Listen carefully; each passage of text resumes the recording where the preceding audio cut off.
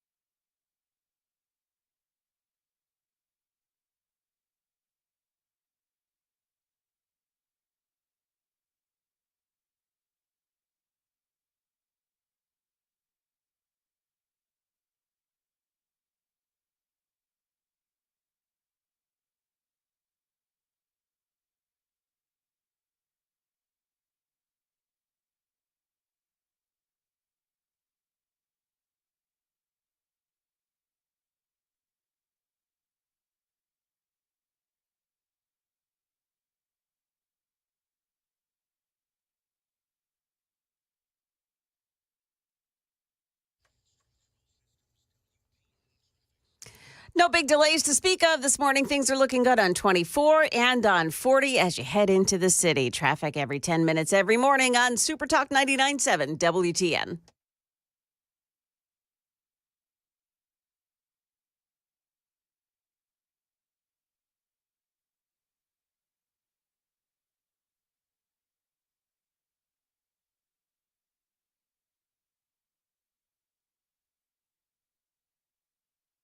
Information fueled, opinion driven. This is Nashville's Morning News with Dan Mandis. And so, my fellow Americans, we talk news. 5:06, Nashville's Morning News on Super Talk 99.7 WTN. Welcome on in to your Wednesday, December 4th. Hope you're doing well.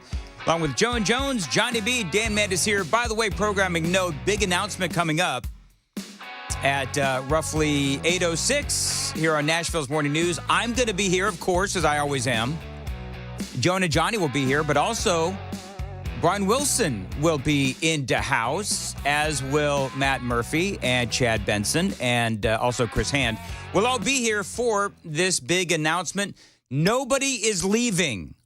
Brian, we all know, is retiring, but I made a social media post. Good Lord, people. I think everybody's got PTSD over the last several years. Nobody's leaving. It's all about what the lineup is going to be moving forward. And so we all wanted to be here to talk about that. So we will, coming up at 8:06 here on Nashville's Morning News. How dare you scare our listeners like that? Man, I didn't know it would trigger people. Yeah, it really did. Did you see the comments on my Facebook page? I did. Yeah. I responded to some of them. I hope you don't mind. Oh, please. No, that's respond away. I started responding too. I finally had to edit the post. Yeah. I said, people, nobody is getting fired. I mean, we're all fine here. It's all good. We're going to talk about what's going to happen moving forward. The best part of that, by the way, very quickly, then we're going to move on. The best part of that post, Joan Jones? Yeah. One person said they didn't like Joan Jones. And so then I, of course... Who was that? It's some malcontent. So I came in and I sang your praises.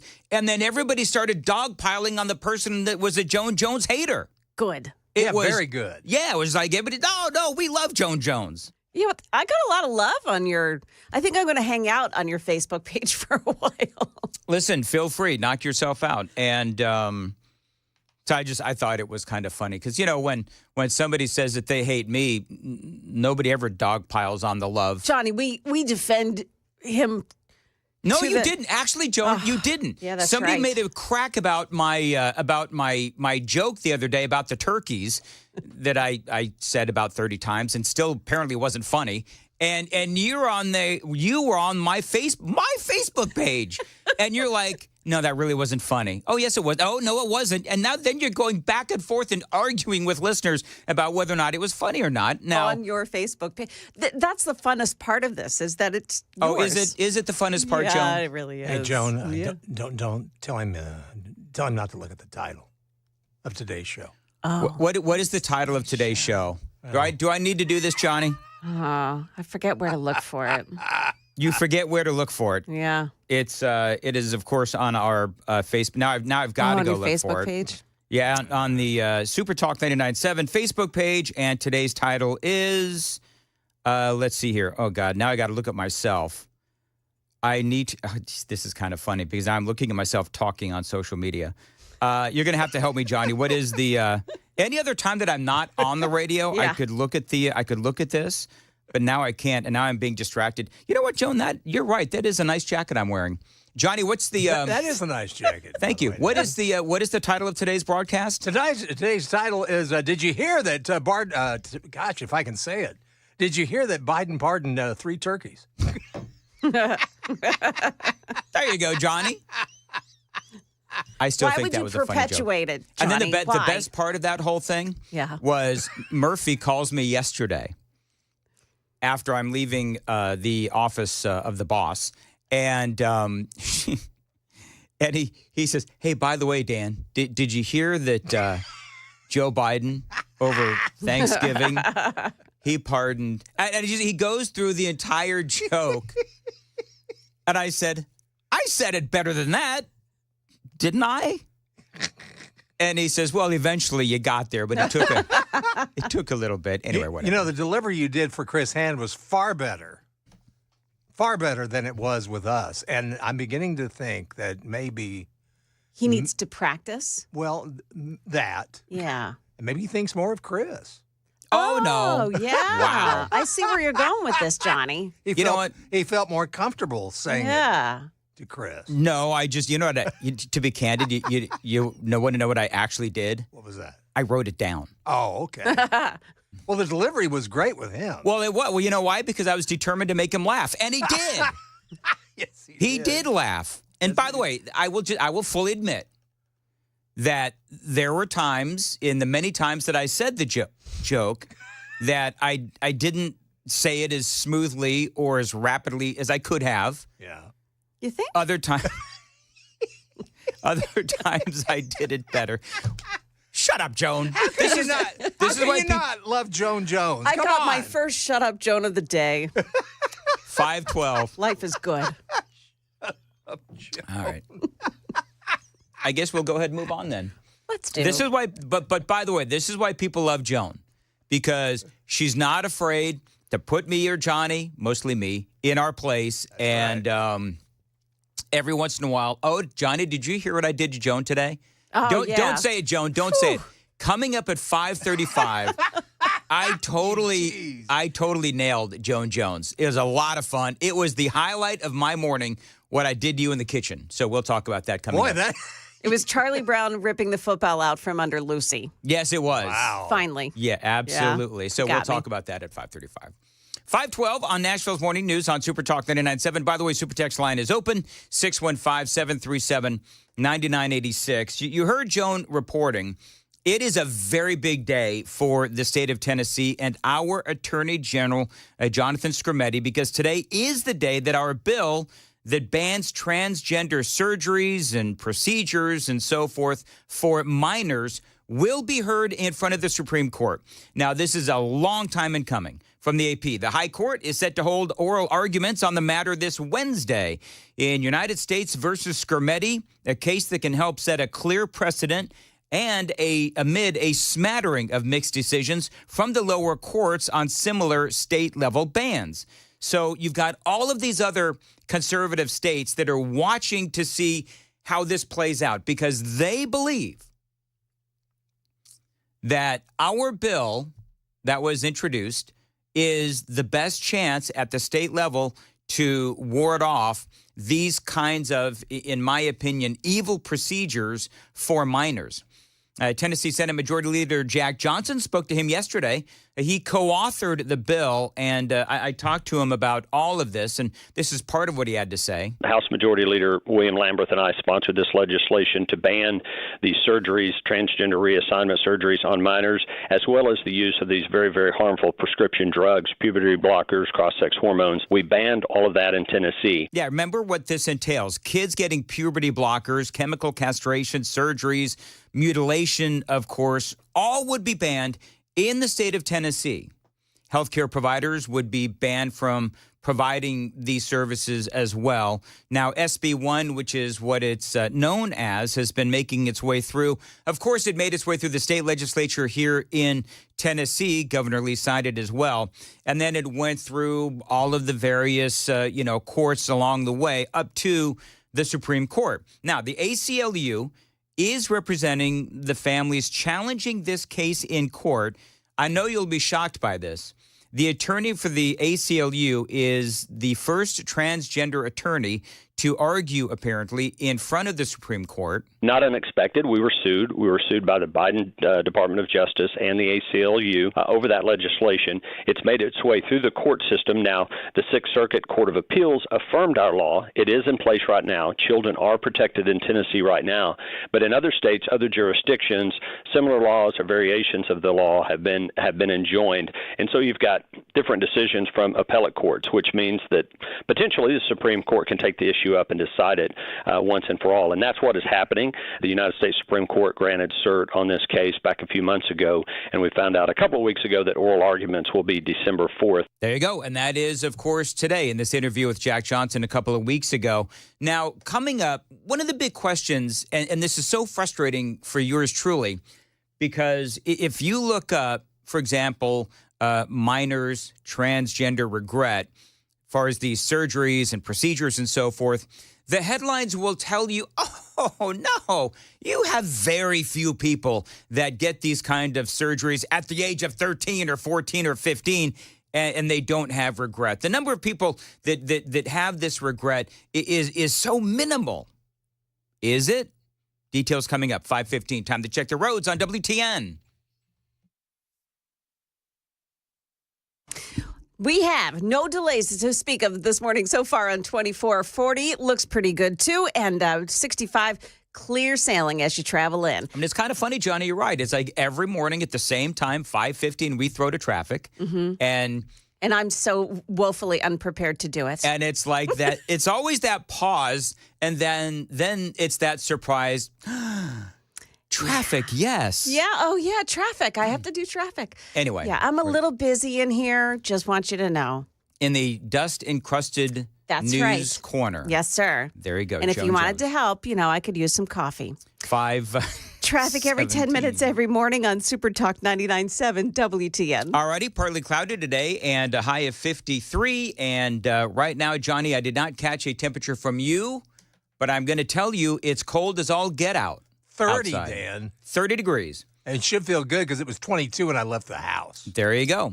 Super Talk 99.7 WTN. So, a few notes about, and I'm talking just sort of briefly about the big Supreme Court this morning, where you've got Scrimetti, Attorney General Scrimetti, Jack Johnson, State Senate Majority Leader, also there in Washington, D.C., in front of the Supreme Court, and Matt Rice, the Solicitor General for the state of Tennessee, is going to be the one that's actually going to be in front of the Supreme Court.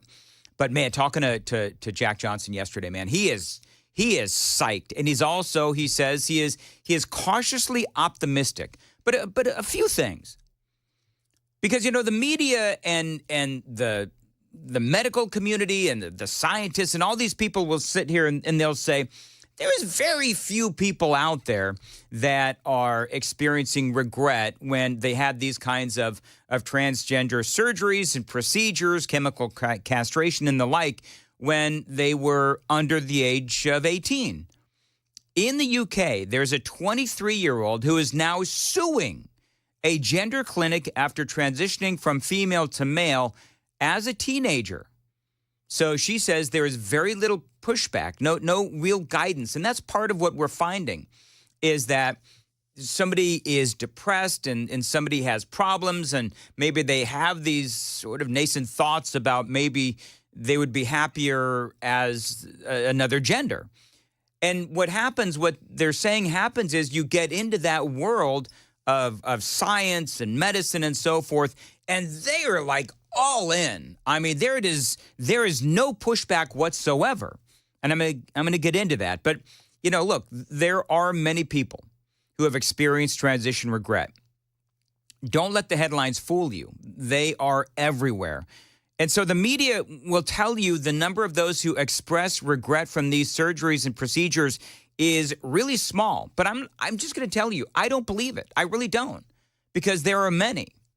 And so I believe that the people that are doing these studies, the organizations that are doing these studies, they are pro these kinds of procedures. The medical community is making millions and billions of dollars off of these kinds of procedures. That's number one.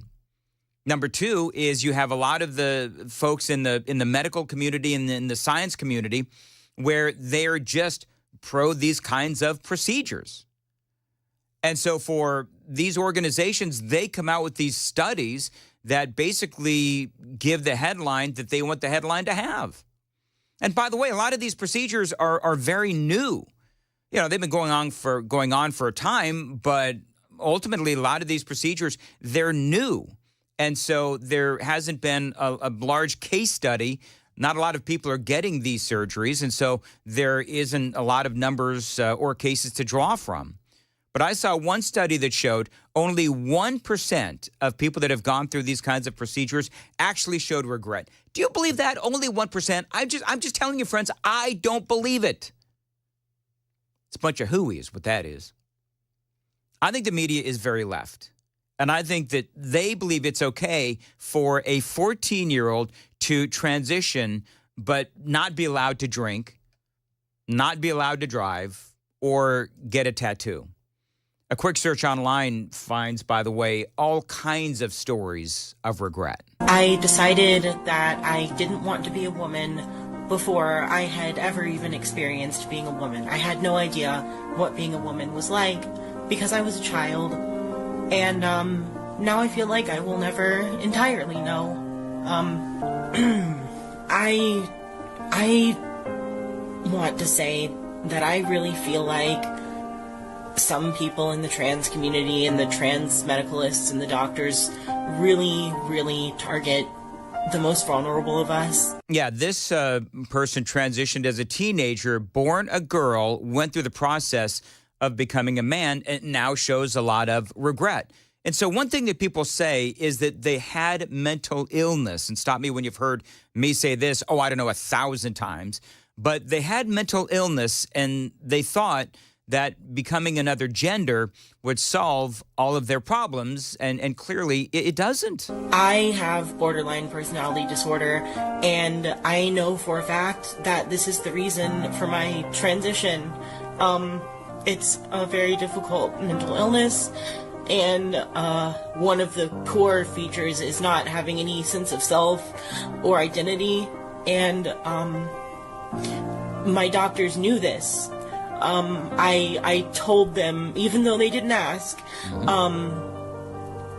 that I had been diagnosed with BPD, and it was all fine to them. I wasn't happy as a girl, so that meant I was a boy, and I was trans, and so I just took the cure that was handed to me. Yeah, so the medical community is making a crap ton of money off of these procedures, so they're all in. And these stories do seem to be constant, where someone just isn't happy, doesn't know why they can't escape their depression, and they go through these surgeries and these procedures without all the facts. And these doctors, again, they're all in. And consequences, they just don't seem to matter. So today, the Supreme Court hearing with A.G. Skrmetti, it's critical, in my opinion, to save people from this kind of pain and suffering. I was told that I was being given a cure, and I wouldn't want to kill myself anymore. And it wasn't true. So clearly I'm on the side of wait until you're 18. Parents, don't allow your kids to make this type of major life-changing, clearly, decision, obviously, until they are psychologically ready as an adult.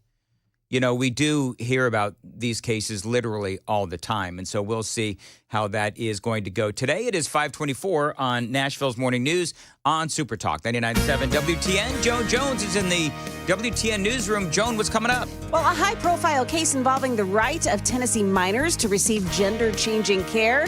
It goes before the Supreme Court today. Also, a state senator wants to prevent more historical statues from being torn down, and now he has proposed legislation. Those stories at 5:30 on Super Talk 99.7 WTN.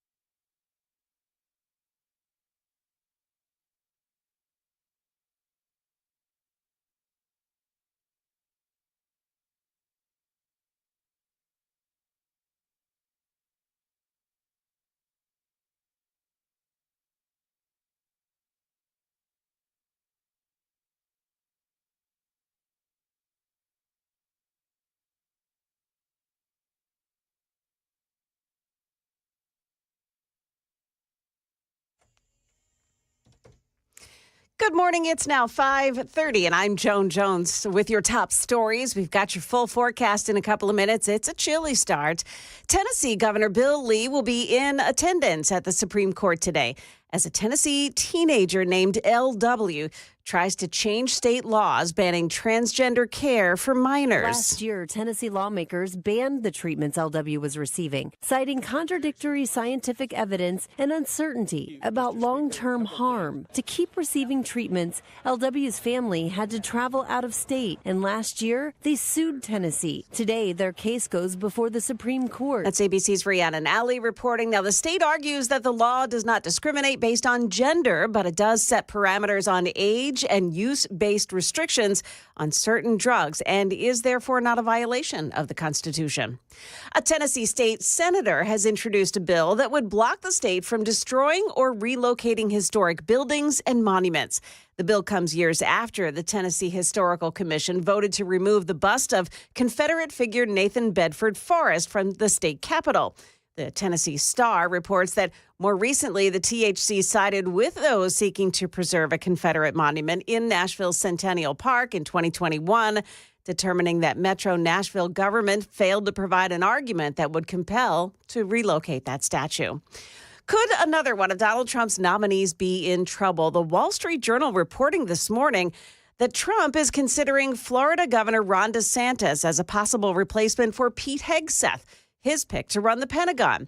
Hegseth has come under scrutiny for stories, some unsubstantiated, that claim he drinks frequently and abuses women. That's the latest news. Traffic and weather is next. I'm Joan Jones, WTN News.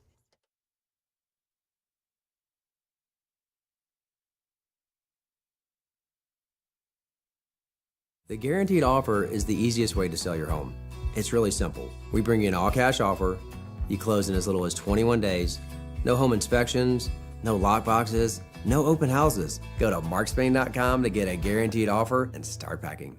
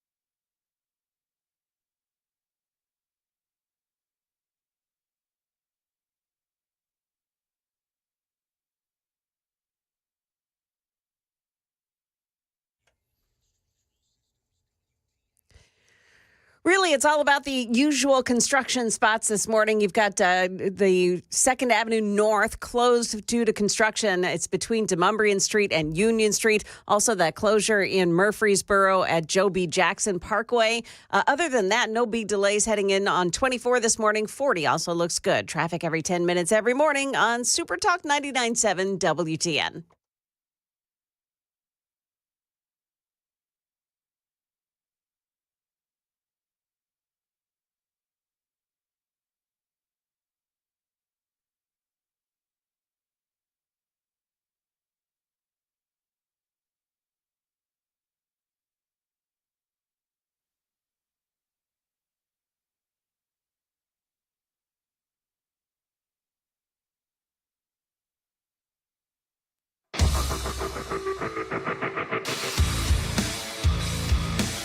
.536, Nashville's Morning News on Super Talk 99.7 WTN. Time for the Gang of Three. Joan's here. Good morning, Joan. Well, hello there. Johnny's here. I'm Dan. How are you? Doing good, Dan. So, how are you? I'm fine, Johnny. Thanks. Do you care, though? Do you really I do care. I always care. We all care.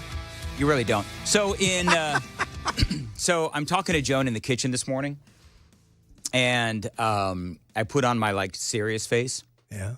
And I said to Joan, I said, Joan, I'm very routine oriented, and I like things a certain way. And for the first time, since you've been here, you've done something that we've got to talk about. And I actually paused, and I took a breath. Like I was getting ready to speak to Joan about something very serious. And Joan, I don't know if you caught that little breath as I sort of... I did. I totally caught that. As I was trying to steel myself for this conversation. And I could tell I had Joan because she looks down and she says, okay. Getting ready. And then I looked at her and I said, you parked in a different parking spot this morning and it's really bothering me. And she just totally fell out. And I was very proud of myself that I was able to pull that off. Yeah, drama queen. Much better than my turkey joke, by the way. Yes. So, yeah, she did. She parked in a different spot today. And how much because she always parks in the same spot. Yeah, she does. Right in the same spot. And so I was worried that she actually wasn't here today because I didn't. How funny is this? I didn't recognize Joan's car in a different parking space. I didn't either. That's really wild. Yeah, that's bizarre. So funny. So it's not Joan's just me. not here today. Mm-hmm. That's exactly right. And I totally had you, Joan, didn't I? Oh, I thought, I'm talking too much. I'm getting under your skin. Mm-hmm. I'm having the desired effect, and I thought it was all going to fall apart here, and it didn't. So that's really cool. See that's my wacky sense of humor. I got Johnny a while ago. Oh yeah, that was classic. I walked into Johnny's. Wait, how'd you do it? I walked into Johnny's office in Johnny's studio. And what happened, Johnny? I heard somebody throw down a curse word. Well, it was me, but I was over here. I wasn't behind the mic, but I was over here talking to someone, whoever was producing. And all of a sudden, Dan comes in because I had just said an adult word, and Dan comes in and he goes, as a program director. He says, program director, I have to admonish you. He said, you never curse in front of a live mic. I said, even if it's dead, it could be live. And I thought, well, he's got a point. And I said, well, yeah, you're right. I'm sorry. And he goes, gotcha. I just started laughing, So have you guys heard this story about the orgy that happened in a VA center in Johnson City, Tennessee? What? This is crazy. An orgy. Several top Veterans Affairs officials in Tennessee resigned as an internal investigation and a broader congressional probe into alleged sexual misconduct intensified, according to Breitbart. Here's what they found. They say that sources familiar with the story say a bargaining unit biomedical employee there at the VA center in Johnson City had dozens of sexual relationships with women who worked at the Mountain Home VA Medical Center in Johnson City, Tennessee, which I guess is in East Tennessee, Johnny? Yes, it is, and appropriately named, I guess. In fact,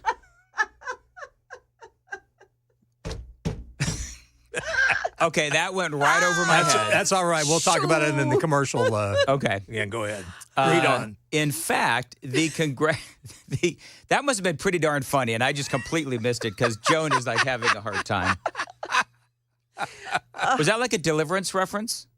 No, Dan. We'll explain it later. Okay. All right. Moving on. Yeah, move on. Very well.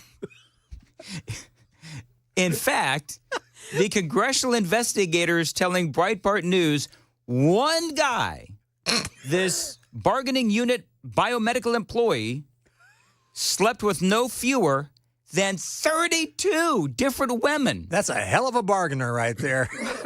It's not even a sexy job, you know? No, it isn't. He's a bargainer, for heaven's sakes. Boy, he's great at it. Yeah. And the man, is that what they call it these days, bargaining? And the man and several of the women actually bragged about their exploits on an online group forum on a government communication portal big mistake. that VA officials use to communicate about the veterans' health care and facility operations. One guy, 32 different women, and somebody's going to have to explain this to me. Like, all the women and this one guy, they're laughing because they're all acknowledging that these women have all slept with the same guy. Like, that just seems weird to me. Like, aren't women usually kind of, I don't know, possessive of the men that they sleep with? I don't understand this. Joan, help me. Wow.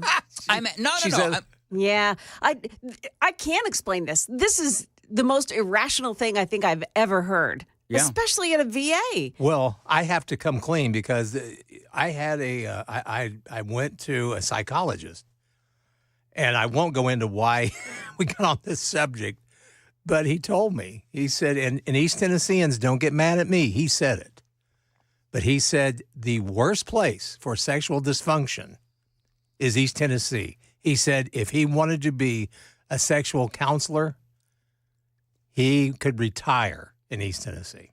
Well, it sounds like there's a lot of functioning going on. Yes, there was. There in East Tennessee. And a lot of bargaining. Man, that guy was great at his One job. guy, 32 different women, and I guess everybody was on the same page. Yeah. What's more, they say sources familiar with the congressional investigation telling Breitbart News they uncovered that an orgy of at least 12 officials. Now, I guess that's going to be different than like the candy stripers and the nurses or whatever. These are like officials. Wow. Who work at the facility took place, this orgy. It's unclear at this time whether the orgy happened on government property at the VA facility or off-site, but the mere fact that a dozen of the government workers employed there did this is astounding. It's incredible. Your tax dollars at work. Yeah, right? Man. Regardless of the location of the orgy, at least 2 employees of the facility admitted having sex on the grounds of the VA hospital. Wow. So I making good use of the beds. You know, we have no beds for the veterans because the workers are using them. We're busy soiling the sheets ourselves. Oh, Lord. Sorry, too much? Yeah. A little descriptive. So now, what's happening with it? They've resigned. Here's what they say. This scandal threatens to upend the closing days of outgoing Democrat President Joe Biden's administration and could engulf senior officials like VA Secretary Dennis McDonough. McDonough was former President Barack Obama's White House chief of staff for Obama's second term before Biden later named him to be the VA secretary in this administration. By the way, in this particular VA facility, there's also accusations of sexual harassment, sexual assault, and improper interpersonal relationships. So there you go. And they're worried about Pete Hegseth. Yeah. Yeah, they're worried about Pete Hegseth. See, that's it. That's the thing. Remove the log from your own eye, people. Mm-hmm. That is exact. 32 women. Wow. One man, 32 women. And I don't know if this is just like one dude or if there are multiple dudes and multiple women. They don't go into this much detail. We only hear about one man, right? Yeah. In this story, there's only one guy. Well, it sounds like he's the lone wolf there. Is it just? I want to see what this guy looks like. Oh, yeah. Like is it weird that I'm dying to know? Like, what is it about this one guy? They don't say. They don't say his name? No. Oh. I want to know like what this dude looks like. Yeah. Because it sounds like he didn't have a lot of power. So I mean, what was his role again? He was a bargaining unit biomedical employee. I don't even know what that means. Do you guys know what bargaining unit biomedical employee is? Are you on? Is anybody on the super text line? He was bargaining the wrong unit. It sounds like. I'll tell you what, or a lot of right ones for him anyway. Yeah, for him. Let me see if I can. I guarantee you, if I could get on the text line real quick, somebody will know what exactly that is. Yes, they will. It takes me sometimes a few minutes to get on this thing because it's just slow and cumbersome. Anyway, but yeah, I did not have that on my bingo card for this morning. Wow. That is a wild story. Apparently, Representative Diana Harshbarger is looking into this. I guess she is serving the great people of East Tennessee, and she is one of the representatives out there that is looking into this. 4107 says, I need to go to the VA more often. You know you've had a good hospital when you got the vet going. Yeah. Got a big smile and thumbs up. You know, the sad thing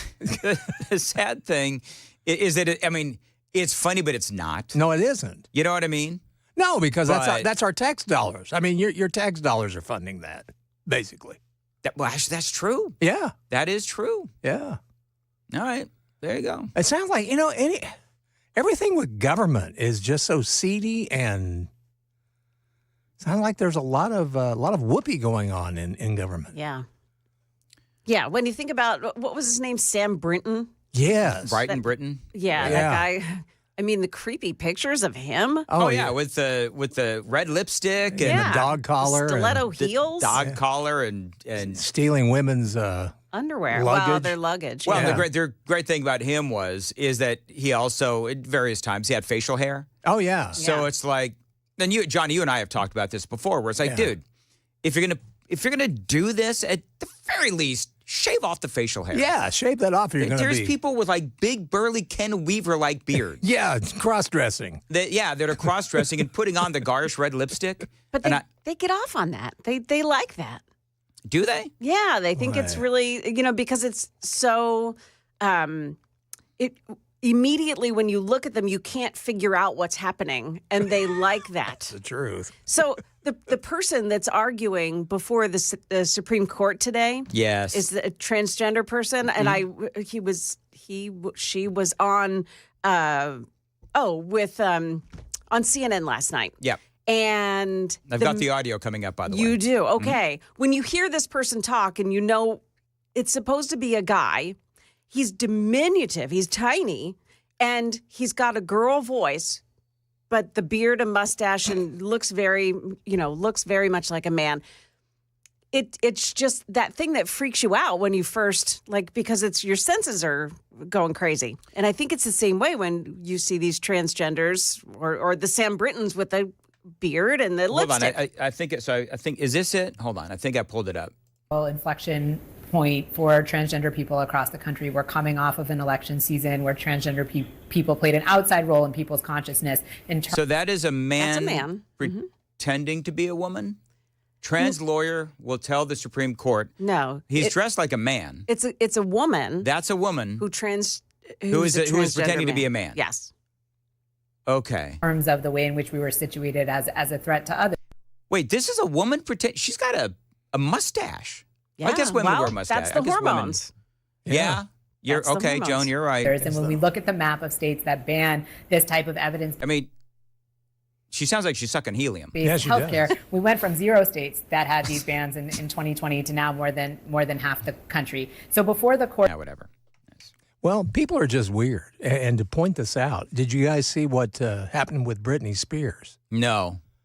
She goes on Instagram. It's around her birthday. On the Instagram video, she talks about that she's just turned 5. 5 years old? Yes, and she's going to go to kindergarten, and she's moving to Mexico.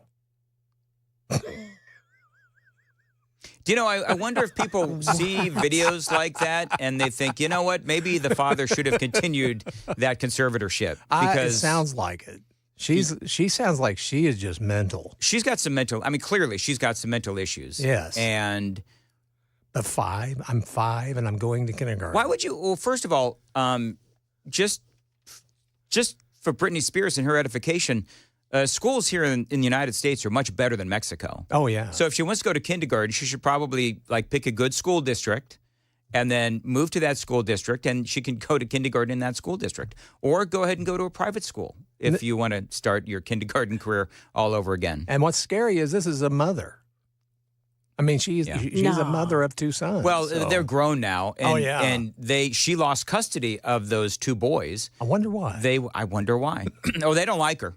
They think that she's a wackadoodle. Well, she is. I mean, if you saw the video a while back where she was dancing with the knives, and her poor dog looked. Oof.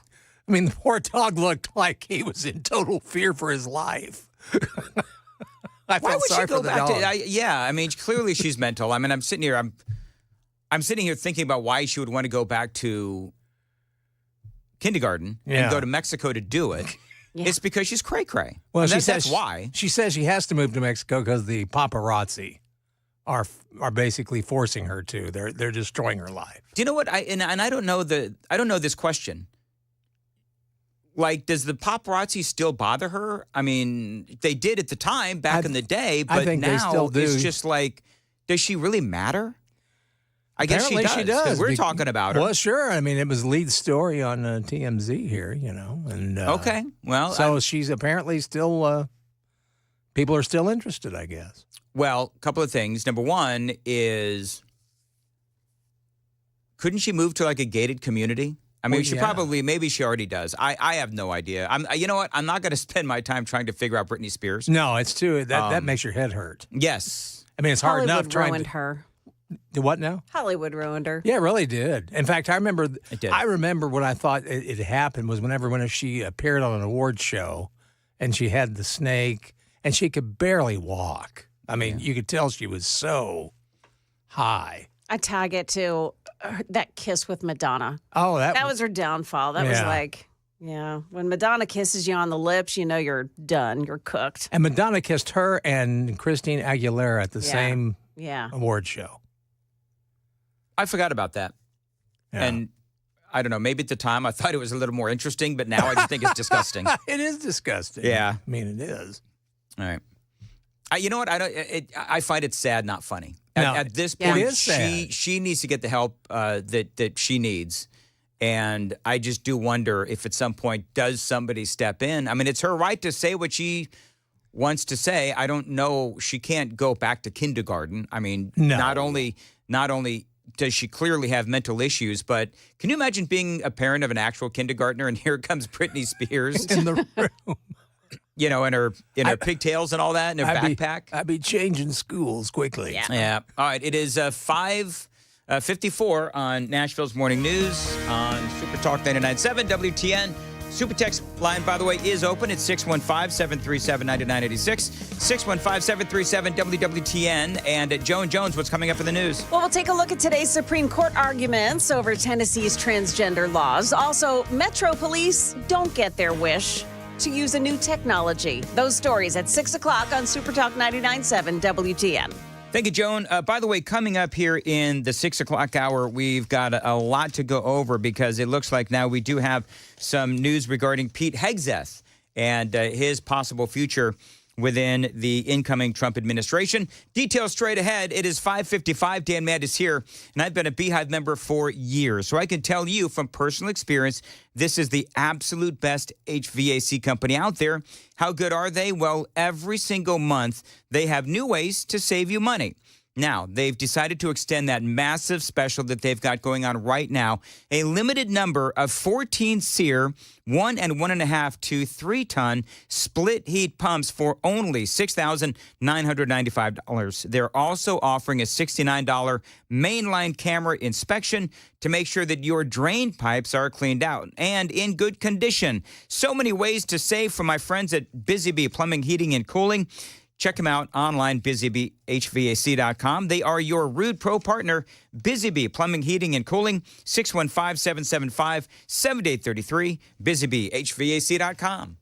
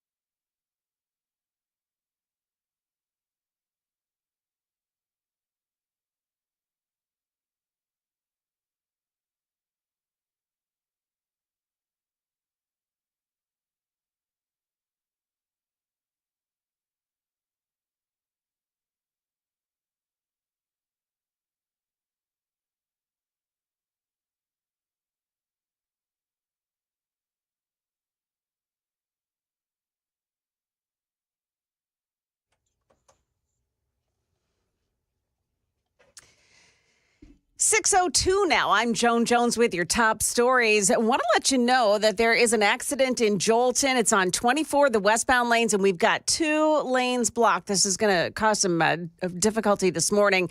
Again, it's 24 westbound just before Whites Creek Pike, exit 35. And we'll check in on that in just a couple of minutes, along with the forecast as well. Tennessee families fight to continue hormone treatments for their teenage daughter goes before the nation's highest court today. They are suing to change Tennessee law that bans transgender treatments for minors. Her family claims that law violates the 14th Amendment, which bans discrimination based on sex. Others, like Paul Smith of Georgetown Law, believe without evidence that the state wants to expand those restrictions to adults. And it will determine what is medical care is available to a large population of young people under 18. And if the state wins, I think we'll start to see people trying to extend this form of regulation into adults as well. But Tennessee's Attorney General Jonathan Skrmetti argues that the ban is about keeping children safe.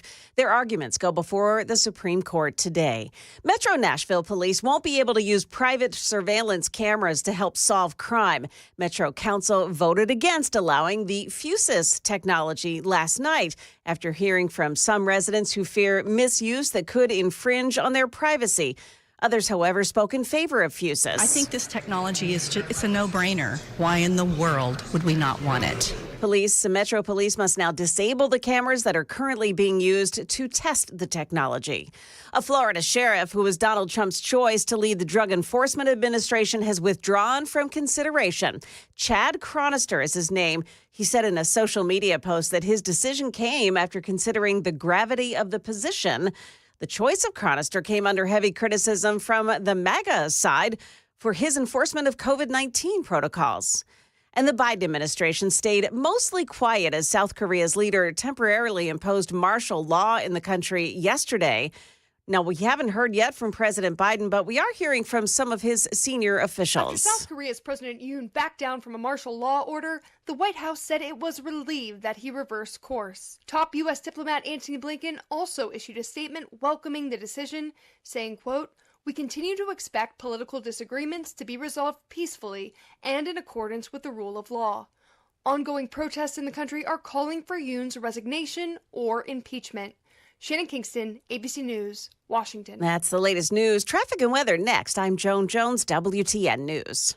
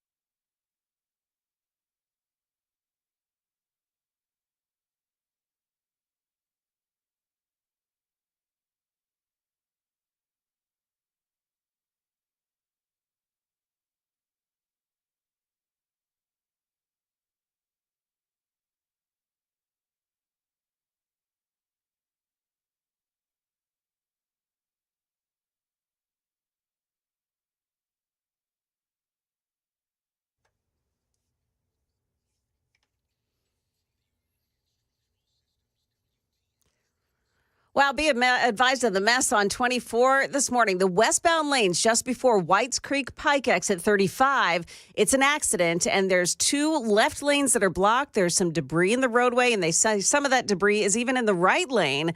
But traffic is getting by. It's going to be very slow. In Bellevue, I-40 eastbound before Bellevue Highway 70S, that's exit 196. There's police activity there, and the right shoulder is blocked. Traffic every 10 minutes every morning on Super Talk 99.7 WTN.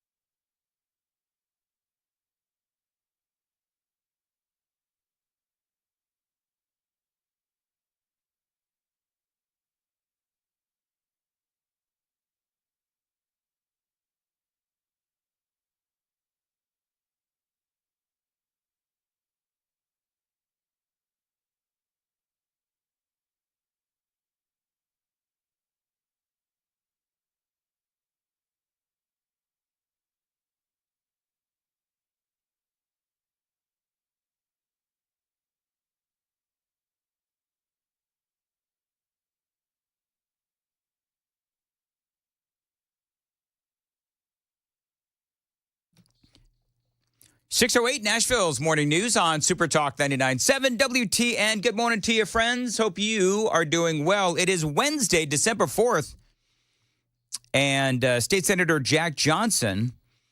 Johnny, so this is happening just seconds before I go on the air. State Senator Jack Johnson, who is in Washington, D.C., with Attorney General Skrmetti, with SB 1 is being argued in front of the Supreme Court today. And Jack Johnson said, well, what's the number? Because I said, call in right now. And he says, what's the number? There he is right there. There he is. This was just at the very last second. So let's put Jack Johnson on real quick. Oh, you're calling him. Okay. Well, this is awkward. Anyway, it's big news today. Real quick, Pete Hegseth. This is the story that I was going to cover. Apparently, they're saying that he is out as Donald Trump's nominee for defense secretary. And a shocker, Ron DeSantis may actually be replacing Pete Hegseth as Donald Trump's pick for defense secretary. Wall Street Journal was the first to report this story this morning. It is now all over the place. From CBS News, President-elect Donald Trump is considering selecting Florida Governor Ron DeSantis as his pick for defense secretary to potentially replace embattled Fox News host Pete Hegseth. Not one, not two, they say, but three sources familiar with the transition team telling CBS News last night. Wall Street Journal again reporting the story as well. A spokesperson for DeSantis had no comment when reached by CBS News. A spokesperson for Donald Trump also declined to say whether DeSantis was under consideration. Hey, JB, what I'm going to do, let's do this. Take the phones off hold, and I'm going to tell Jack Johnson to call the call-in line, okay? 615-737-9980. Thanks. There you go. All right, so Jack Johnson should be calling it in at any point. Because I do want to know, like when I talked to him yesterday, this is a very big deal about and we talked about this on in the first hour, about how the state of Tennessee and our Attorney General, Skrmetti, is going in front of the Supreme Court to talk about our state's ban on transgender surgeries and hormone treatments for minors. Going to be in front of the Supreme Court, and he is called in. Johnny is getting ready to put him on hold. And hopefully at some point, is that him? Very good. Jack Johnson, State Senate Majority Leader, thank you very much for joining us live from Washington, D.C. So it is 7 o'clock Eastern time. In 3 hours, you and also Attorney General Skrmetti will be there in the Supreme Court. Also, Solicitor General Matt Rice will also be in front of the Supreme Court arguing, defending SB 1. This is a big deal for the state of Tennessee. It really is, Dan. This is a test case for the entire nation to establish the right that states do, in fact, have the constitutional authority to regulate transgender reassignment surgeries on minors and, in fact, prohibit them.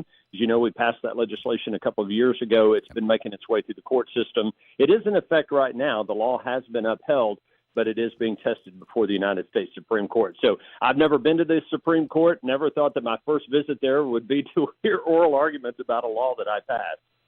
So we can talk about the policy all you want. We all know how everybody feels on this here in the state of Tennessee that listens to WTN.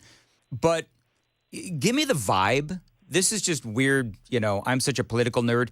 Give me the vibe of Attorney General Jonathan Skrmetti and Matt Rice. I mean, does he get nervous? Do they get nervous at this point in their careers as the Attorney General of the state of Tennessee with Skrmetti? Well, I tell you, if so, they're not showing it, and that's by no means are they showing any degree of arrogance. As you know, we have, I believe, the best Attorney General in the entire United States. Our State Attorney General, Jonathan Skrmetti. He is a brilliant lawyer. He has a brilliant legal team around him. You mentioned Matt Rice, the Solicitor General, who will actually be doing the arguments in front of the court. It is an amazing team, and this really is the Super Bowl for lawyers. This is the Super Bowl for anyone who's in the legal profession to get to this point and be arguing cases, before the United States Supreme Court. So I'm going to, they're friends of mine. I'm going to speculate that they're excited. Maybe I wouldn't be surprised if they have some butterflies in their stomach. I certainly would. I'm simply observing. I will be there. I'm awfully glad I don't have to say or do anything this morning in the courtroom. Well, I mean, you were one of the architects of this bill, and then it goes from Senate, House, up to Governor Lee, passed, and then it goes through all of the various lawsuits and judges up and down. So now it reaches the Supreme Court. And just so folks know, and I did cover this in the 5 o'clock hour, this entails banning kids getting puberty blockers, chemical castration, surgeries, mutilation would all be banned in the state of Tennessee. Healthcare providers would be banned from providing these services. Now, some people are saying, Senator Johnson, that if this goes through the Supreme Court, that the next step would be that Tennessee would try to ban this for adults as well. Because right now, obviously, this is about kids under the age of 18. But, you know, you got the slippery slopers out there that are saying, oh, no, the next step is they're going to try to ban adults from doing the same thing. Well, I have no inclination to do that, Dan. I support the right of adults to make decisions and live their lives in the manner that they choose, as long as they're not hurting anyone else. And it is a very important key distinction, and I'm glad you asked about it. We have a compelling interest to protect kids, and that's what we're doing with this legislation. We're protecting kids from having their body irreversibly and irreparably damaged, mutilated, whatever you want to say, removal of breasts, alteration of genitals. We shouldn't be doing that in Tennessee. Now, in Tennessee, you're at the age of 18, you're recognized as an adult. That's our age of majority. That's when you can get a tattoo. That's when you can, you can't smoke or drink because that's age 21, but you can join the military. You don't have to obey your parents anymore. If you're on your 18th birthday, you wish to go have one of these procedures done, I do not support any government involvement in that. We have a compelling interest to protect kids. So I would refute that notion. I've heard it as well, and I'm glad you brought it up, but we're about protecting kids. One of the things, and I got to take a quick traffic break, but one of the things that I covered earlier was about people who go through this, kids who go through this, and then they experience some regret. I'm going to ask you about that coming up. 6:15, time to check the roads on WTN.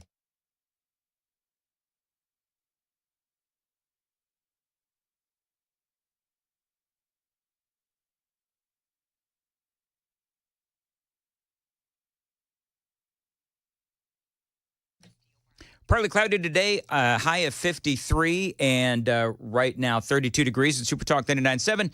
Senate Majority Leader Jack Johnson is joining me live from Washington, D.C. And, Senator, I want to play you this piece of audio. I did play it in the 5 o'clock hour, but lots of new people joining the 6. This is one of many people who have shared their stories of having these kinds of surgeries or procedures, and then they express some regret. I decided that I didn't want to be a woman before I had ever even experienced being a woman. I had no idea what being a woman was like because I was a child. And now I feel like I will never entirely know. I want to say that I really feel like some people in the trans community and the trans medicalists and the doctors really, really target the most vulnerable of us. And that is something that a lot of people have said. When you were researching how to craft this bill, SB 1, a couple of years ago now, I guess it's been, but when you looked at the people that had regret over these surgeries, did you find, I know there's a lot of people that talk about this, but is there research that shows that there's a lot of folks that have had this regret? I mean, I've seen numbers, but the numbers vary so wildly. You're exactly right, Dan, and certainly we have numerous examples, anecdotally, of people who have had surgeries performed and tremendously regret it because these medications, these surgeries, they can inhibit your ability to bear children. Imagine making a decision when you're 16 or 17 and then you get to be 25 and you realize you made a horrible mistake and you want to get married, you want to have a family, and these procedures or these medications rendered you infertile. How horrific would that be? The problem about getting actual data about this is much of it is HIPAA protected, and we respect that. So it is very difficult to get substantial data that you can trust on this. But I have seen enough anecdotal evidence, and there have been enough people who've gone through this who have come forward, and met with us. We had people that testified when we were passing this legislation. I'm convinced we don't need to be doing this. The harm is far greater than any potential benefit. We need to pause this for kids and let them become an adult, and then they can make a decision at that time. It does seem like, okay, so if you feel so strongly about this and you're 15, well, then just wait 3 years. And that's all they need to do. And what you're trying to do, whether or not you talk about anecdotal evidence, we could talk about, and I went through a whole thing about where the medical and the science community, they're all for these kinds of procedures and these kinds of surgeries on kids. So to me, even the research, I'm air quoting that, the research that is out there is biased and skewed. So you really, you don't know what the numbers are. And also these surgeries haven't been going on for, a great length of time. So there's that aspect of it as well. But one of the questions that I would say is, what was it about this case coming out of Tennessee that made it sort of rise to the top? There's 20, 22, 23, 25 other states that have had their own variation of these laws. What made ours sort of stand up above the rest? Great question. And when you're passing legislation like this is something that a lot of folks don't understand. I'm grateful for the opportunity to discuss it, because when you're dealing with a subject matter like this that is going to be controversial, I don't know why it's controversial, but you know it's going to be, and there's a good chance you're going to face litigation. The way you craft these types of bills and the way they're drafted and the way they're presented is very important, because the courts look at that. And a good example is in 2021, Arkansas passed a version of this bill. It was immediately enjoined and deemed to be unconstitutional. We knew that. So when we're crafting our bill in 2022, we had to look at what the court said, and we had to craft it. We had to work with the Attorney General's office and our legal team to make sure that we were crafting a bill that would withstand judicial scrutiny. And thus far, it has done so. It's been affirmed through the Sixth Circuit Court of Appeals, and that's going to be the conversation this morning here in just a couple of hours before the United States Supreme Court.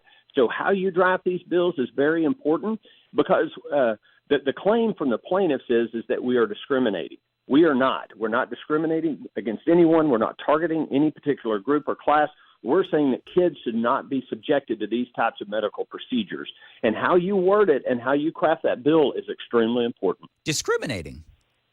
That's interesting. I don't know why they would feel like that's their basis of argument is discrimination, because you're just saying anybody under 18 can't do this. And so we'll have to see what happens. I'm sure that you are, I'm certainly no legal eagle, clearly. You have to be optimistic because of the makeup of the Supreme Court right now. Well, and I'll tell you what, where we do draw some optimism is the incredible opinion that was issued by the Sixth Circuit Court of Appeals, written by Judge Sutton, Jeffrey Sutton. I've read it, and I'm not a lawyer or constitutional scholar, but many of my legal friends have, and they say it is an incredibly well-written opinion. We've also had dozens of amicus briefs that have been filed in support of our legislation from other states who have passed similar laws. So, again, it's up to the court, and I respect the court. I'd never be presumptuous to try to predict how they will decide. But I'm hopeful and cautiously optimistic, and very much looking forward to these oral arguments here in just a couple of hours. All right. Thank you very much for joining us, Senate Majority Leader here for the state of Tennessee, Jack Johnson, live from Washington, D.C., just a couple of hours before Attorney General Skrmetti, going in front of the Supreme Court. Also, Solicitor General Matt Rice, also going in front of the Supreme Court and arguing for SB 1. I think this is going to be great. I believe that this is going to pass. I pray that this will pass to protect our children. 622 on Nashville's Morning News on Super Talk. Joan Jones is in the WTN newsroom. And Joan, what's coming up? Well, you mentioned it a little bit here, but there is news this morning on the Pete Hegseth pick to lead the Department of Defense. We'll tell you about it coming up at 6:30 on Super Talk 99.7 WTN. Thank you very much, Joan. United Structural Systems, USS. Dan Mandis here. My company for foundation repair and concrete leveling is United Structural Systems. Now, they fixed my foundation, and they can help you as well. They're awesome, easy to work with, and above all, they're competent and reasonable. Now, if you notice doors and windows sticking, uneven floors, maybe gaps between the trim and the ceiling. These are all signs that you might have a possible foundation issue. And nobody does it better than USS, United Structural Systems. Now, they've been serving Middle Tennessee since 1994, and they've helped thousands of satisfied homeowners with great work and communication. They're going to give you a free inspection and a detailed estimate before you make a decision. Communication always key to making sure that everybody is on the same page, and you don't pay a dime until the work is done and you are a satisfied customer. They've got thousands, tens of thousands of satisfied customers. I am certainly one. USS for all your foundation, concrete leveling, and waterproofing needs. 615-488-7855. 615-488-7855. Find them online, USSTN.com.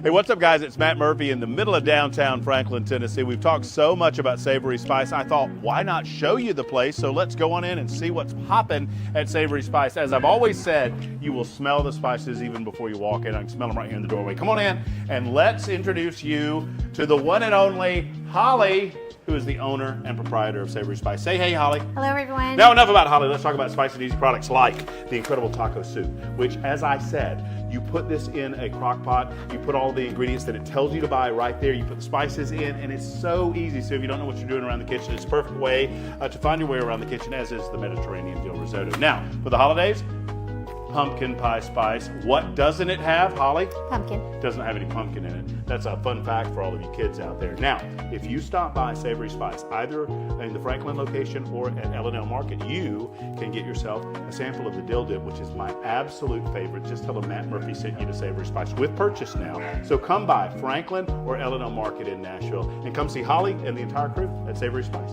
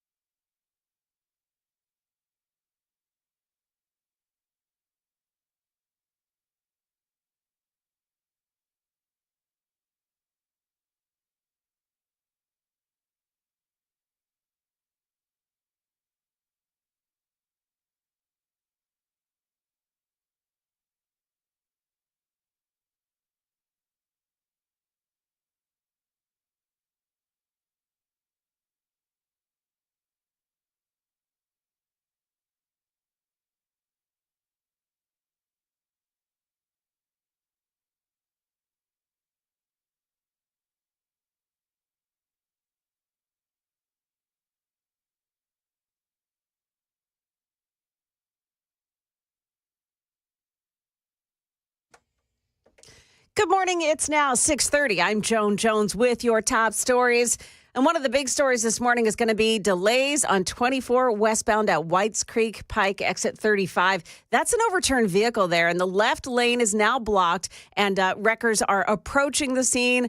4 vehicles in total have been upended by this accident, so that's a mess this morning. One you may want to schedule some extra time for. We'll explore that and the forecast coming up in just a moment. As rumors about Pete Hegseth's past continue to swirl, the man who had been picked to run the Pentagon will sit down with his mother on Fox News today. ABC's Elizabeth Schulz reports that Hegseth may be losing GOP support. The math here is really tight. It only takes 3 Republicans in the Senate to say they won't vote to confirm Pete Hegseth, assuming all Democrats say they won't confirm him, for his whole nomination to get derailed. In the words of Senator Kramer from North Dakota, who's a Trump ally, he deserves a chance to have a fresh start. We heard Senator Lindsey Graham, who's another big Trump ally, say it is disturbing that some of these allegations have emerged, but he wants to see how this plays out over time. Now, the Wall Street Journal is reporting that Trump is considering replacing Hegseth with Florida Governor Ron DeSantis. Metro Nashville Council voted no on allowing police to use Fusus technology that would have given police access to private security cameras to help solve crime. A number of Nashville residents spoke out against that technology, saying they were worried about privacy issues. And don't let him fool you. Rutherford County Sheriff's Office is warning residents that scammers are using the names of county employees to request money from people. They apparently use victims of missing court dates. They accuse the victims of missing court dates or jury duty, saying that they need to pay a fine for it. In one case, scammers used artificial intelligence to mimic a sheriff's voice and then convinced a Rutherford County resident to give $7,500 in Bitcoins to avoid a fake arrest. That's the latest news. Traffic and weather are next. I'm Joan Jones, WTN News.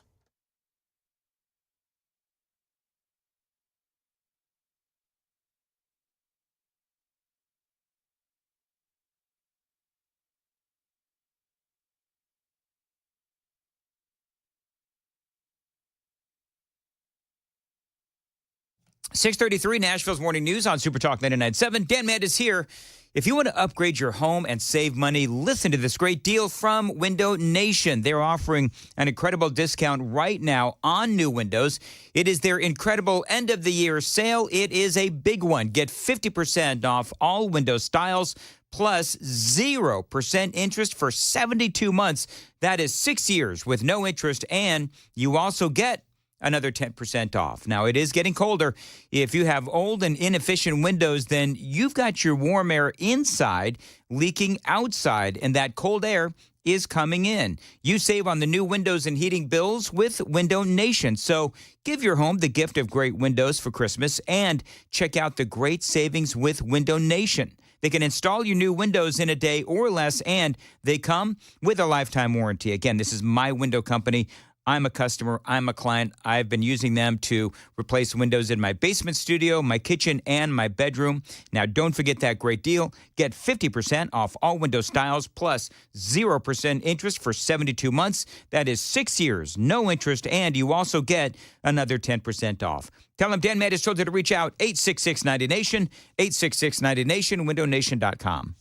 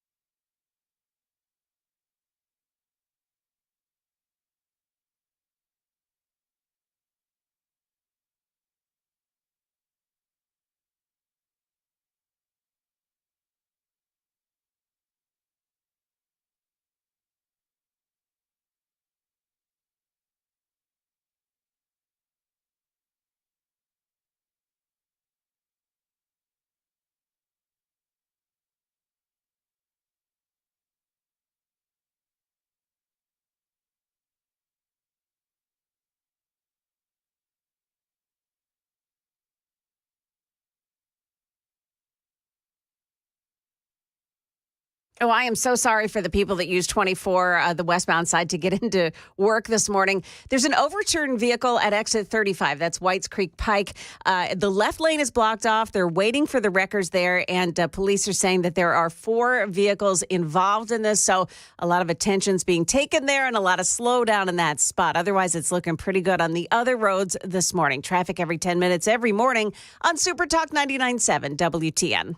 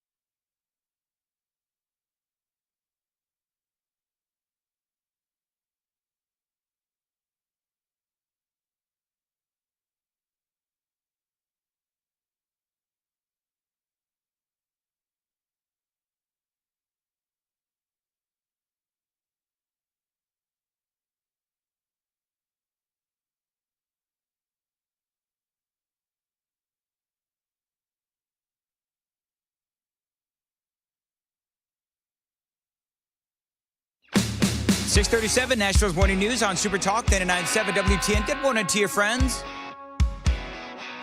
So, yeah, just very quickly, Pete Hegseth, word is NBC News, Wall Street Journal, other places also reporting that, as we've been mentioning, he may be out as Trump's nominee for defense secretary, and possibly Ron DeSantis may be in. This is from CBS News.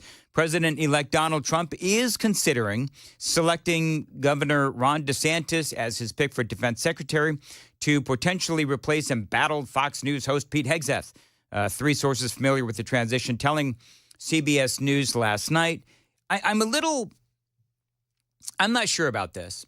And the reason why I'm not sure about this is because remember that Donald Trump's chief of staff, because, this could be just like a trial balloon, as they say. But remember Donald Trump's chief of staff, she and Hegseth, she and DeSantis, they have a history together. Susie Wiles is Donald Trump's chief of staff now and going into the next administration. And DeSantis and she have a history going back to his time in Florida. And so she worked on a couple of his campaigns, and they had some sort of a massive fallout. And so it just, to the point where she utilized information that she had working with DeSantis to, help Donald Trump beat him in the presidential primary. And so she had inside intel on DeSantis. She helped Trump beat him in the primary. And the fallout that Susie Wiles and DeSantis had, it's rather legendary, actually, within politics. So I don't know if there's any truth to this or not. There's certainly other people that could be defense secretary other than Pete Hegseth or Ron DeSantis. Now, we do have Marsha Blackburn, and this is a very awkward week for Hegseth, because he is walking around the Capitol and he's talking to, the various senators, including Marsha Blackburn. Pete Hegseth, who is the nominee for Secretary of Defense, he gets this. He has experience not only as a warfighter, but in business and in messaging. He is a perfect fit to come in and reorganize, work with the team, and reorganize the Department of Defense so we do achieve peace through strength. They say as many as 6 Senate Republicans have expressed reservations about confirming Hegseth for the top Pentagon role. According to NBC News, DeSantis, a former Navy judge advocate general, was on a short list of potential defense secretary candidates presented to Trump by transition officials before he went with Pete Hegseth. According to the Wall Street Journal, the idea of being nominated as defense secretary, however, has been presented to DeSantis, they say, in recent days, according to the outlet. So I did find it interesting that you did have Ron DeSantis. He was on Laura Ingram's show just the other night. All of a sudden, just kind of randomly, he was there, and he was talking about, folks that Donald Trump has been bringing to the table for cabinet picks, including they're talking about Kash Patel and others. You can be the smartest guy in the world. You could have all this experience. If you don't understand that the institution needs to be reformed, if you get captured, then you're done. You're not going to be effective. And so I think Donald Trump in this pick and others, he's making sure he's getting people who have the proper posture to these institutions. These are not the revered institutions that they may have been 30 years ago. These are very problematic institutions. Kash understands that.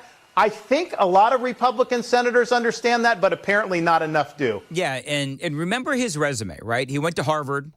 He was assigned to JAG. That is the Navy's Judge Advocate General's Corps. Basically, that's part of their legal arm. He was a congressman, a two-term governor of Florida as well, incredibly competent. I mean, anybody, and I know that there's people out there that are saying, no, not Ron DeSantis. He's going to bring the lifts and everything else. Listen, I will tell you that as far as government officials go, at the state level or at the federal level, national level, Ron DeSantis, you have to admit that he's competent. You have to, at the very least, if you don't like him, you think he's a rhino and all that other kind of stuff, okay.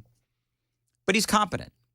Incredibly competent in my estimation, and a guy that would have zero issue getting confirmed because everybody already knows any dirt that's out there on Ron DeSantis. He's been vetted by both the media and Democrats because he ran for president and, again, yes, is a two-term governor.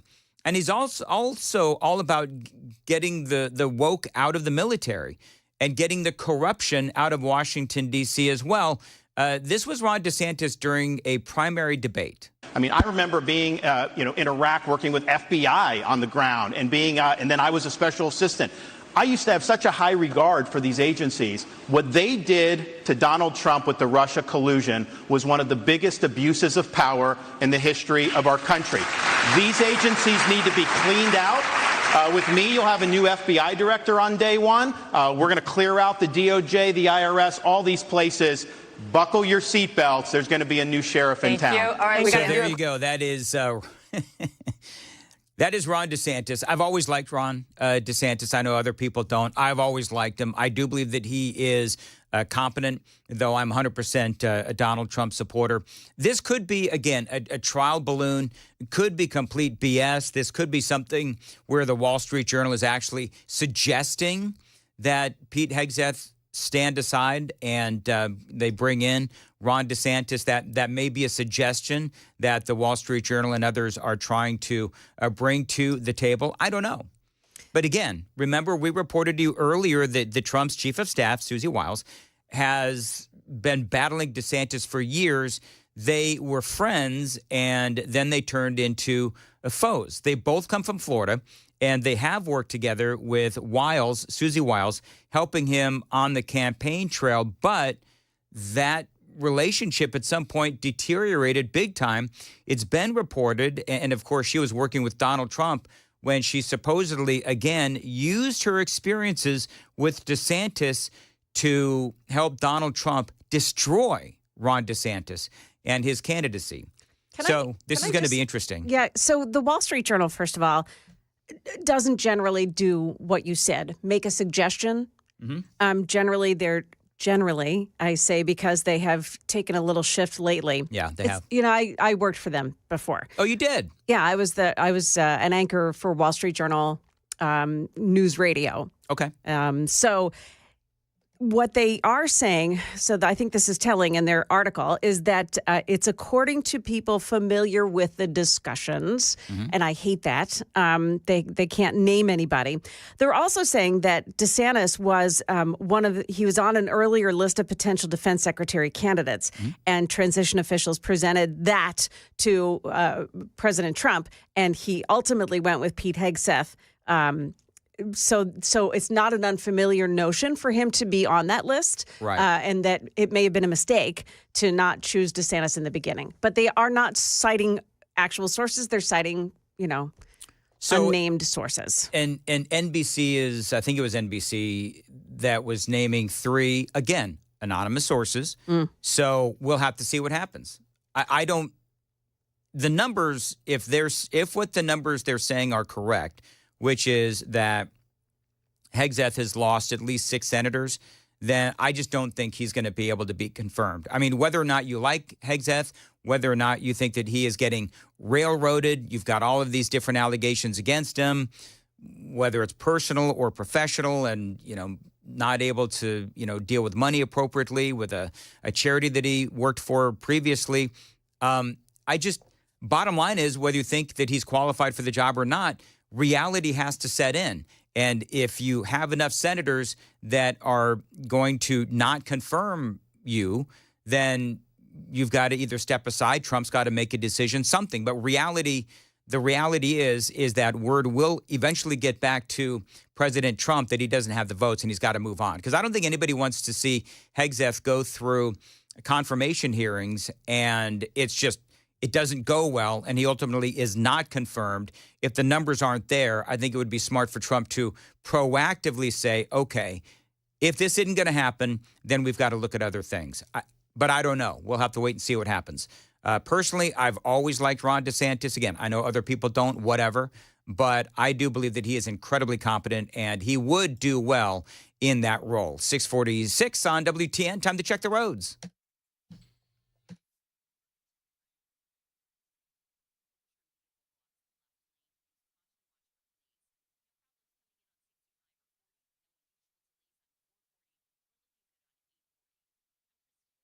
.648, Nashville's Morning News on Super Talk 99.7. As far as your weather goes, partly cloudy and a high of 53 right now. Johnny, you said 32? 32 degrees at Super Talk 99.7 WTN. Boy, there's a lot of people that don't like Ron DeSantis. Let's see here. 98.21, fake news. DeSantis is a deep state stooge along with Rubio. All right. What about Colonel Allen West to run the Pentagon? I like Allen West. 89.49. One word. No. And it goes on and on.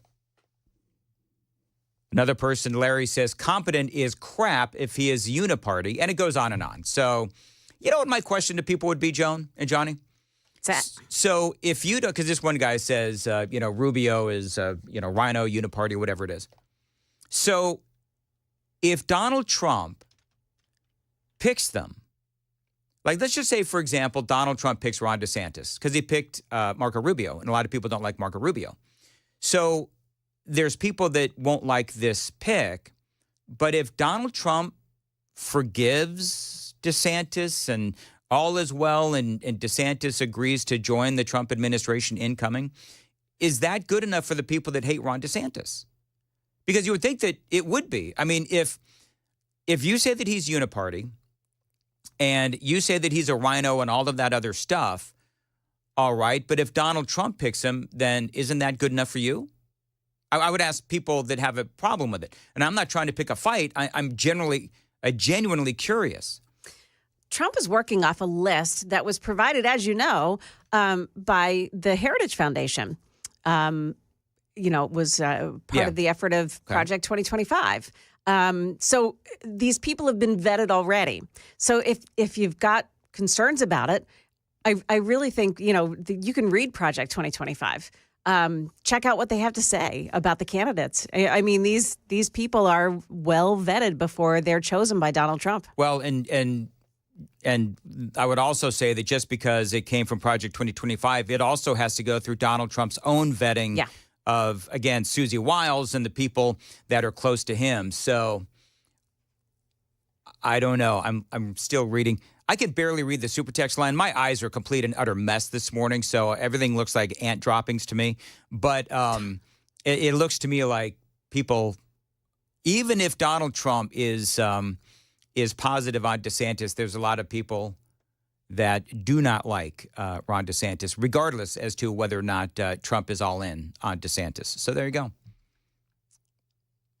I want him to go through the process and make them vote against Pete Hegseth. Yeah, that's another that's another way to look at it. You know what? If if you want Pete Hegseth to go through the nomination process and force a vote, they can also do that. And people will say, well, that's Donald Trump trying to flush out the traitors, right? There's those people that'll say Donald Trump is playing, three-way chess and all that other kind of whatever.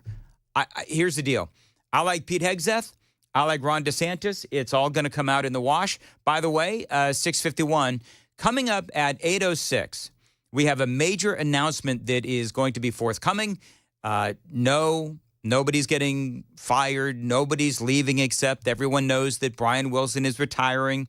But don't panic. Brian's going to be here. Matt's going to be here. Chad Benson's going to be here as well. Chris Hand will be in the house as well.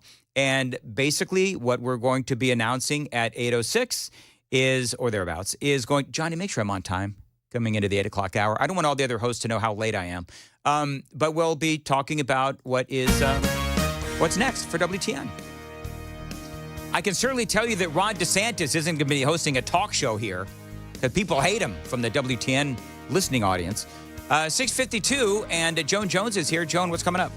Well, we will talk about the Tennessee law that's stepping onto the big stage, the Supreme Court today. Also, why the next time you call 911 in one city around here, you'll be talking to a dispatcher from another state. That story coming up at 7 o'clock on Super Talk 99.7 WTN. Thank you very much. 6:53, Mark Spain Real Estate. Spend time where it matters most this holiday season and sell your home fast with a guaranteed offer from Mark Spain Real Estate. Don't worry about showings and open houses or spending money on costly repairs. The guaranteed offer from Mark Spain Real Estate allows you to bypass the market, receive an all-cash offer, and close in as little as 21 days. One of their clients, Tom, said, Mark Spain Real Estate sold my home quickly and for more money than we expected. The entire process, he says, was easy and stress-free. I highly recommend Mark Spain Real Estate, and by the way, so do I. Now, if you're looking for a hassle-free experience like Tom's that makes you the most money with the least amount of hassle, my friends at Mark Spain Real Estate make selling your home simple. They've got 12,500 five-star reviews. Mark Spain Real Estate knows what matters most, a quick sale and maximum profit. Selling your home is one of the biggest financial decisions you're ever going to make, so who you work with matters. Work with Mark Spain Real Estate. 855-299-SOLD, 855-299-SOLD. Find them online. It is markspain.com to get a guaranteed offer on your home today and start packing.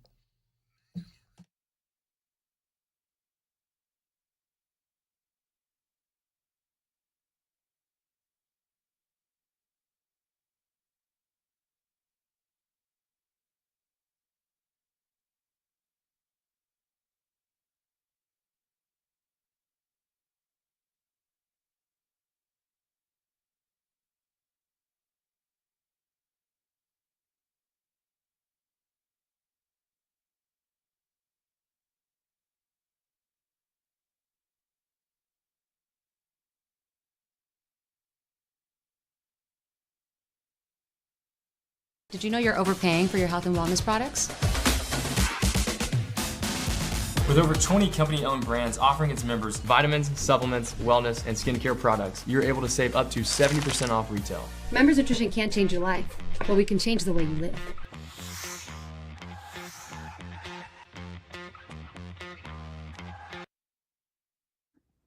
Hey everybody, Dan Mandis from Nashville's Morning News. The Wall Street Journal reported a while ago that people are feeling stress, anxiety, and depression because of this election. If that's you, talk to my guy, Dr. Christopher Van Schenk. He is a psychiatrist out in Nolensville. Now, he can help you with not only depression, if you're feeling it because of politics or whatever, but he can also help you with alcoholism, drug abuse as well.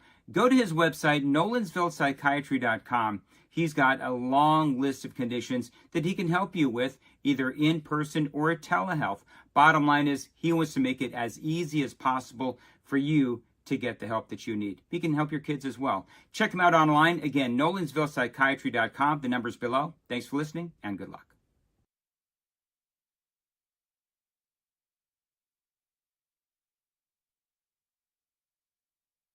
The guaranteed offer is the easiest way to sell your home. It's really simple. We bring you an all-cash offer, You close in as little as 21 days. No home inspections, no lock boxes, no open houses. Go to markspain.com to get a guaranteed offer and start packing.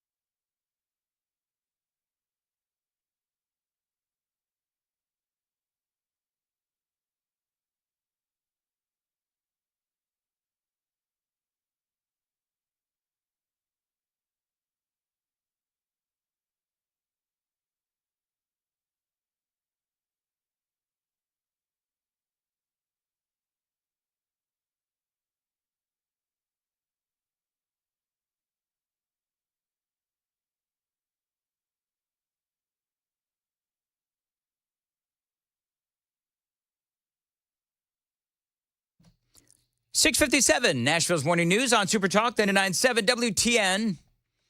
All right, coming up, context behind my favorite audio bite of the day. And Johnny needs some audio if I could. Flip Chicago red. We not playing. Hear that? Lady says, Flip Chicago red. We not playing. Flip Chicago red. We got plans. What the heck is she talking about? Details straight ahead on WTN.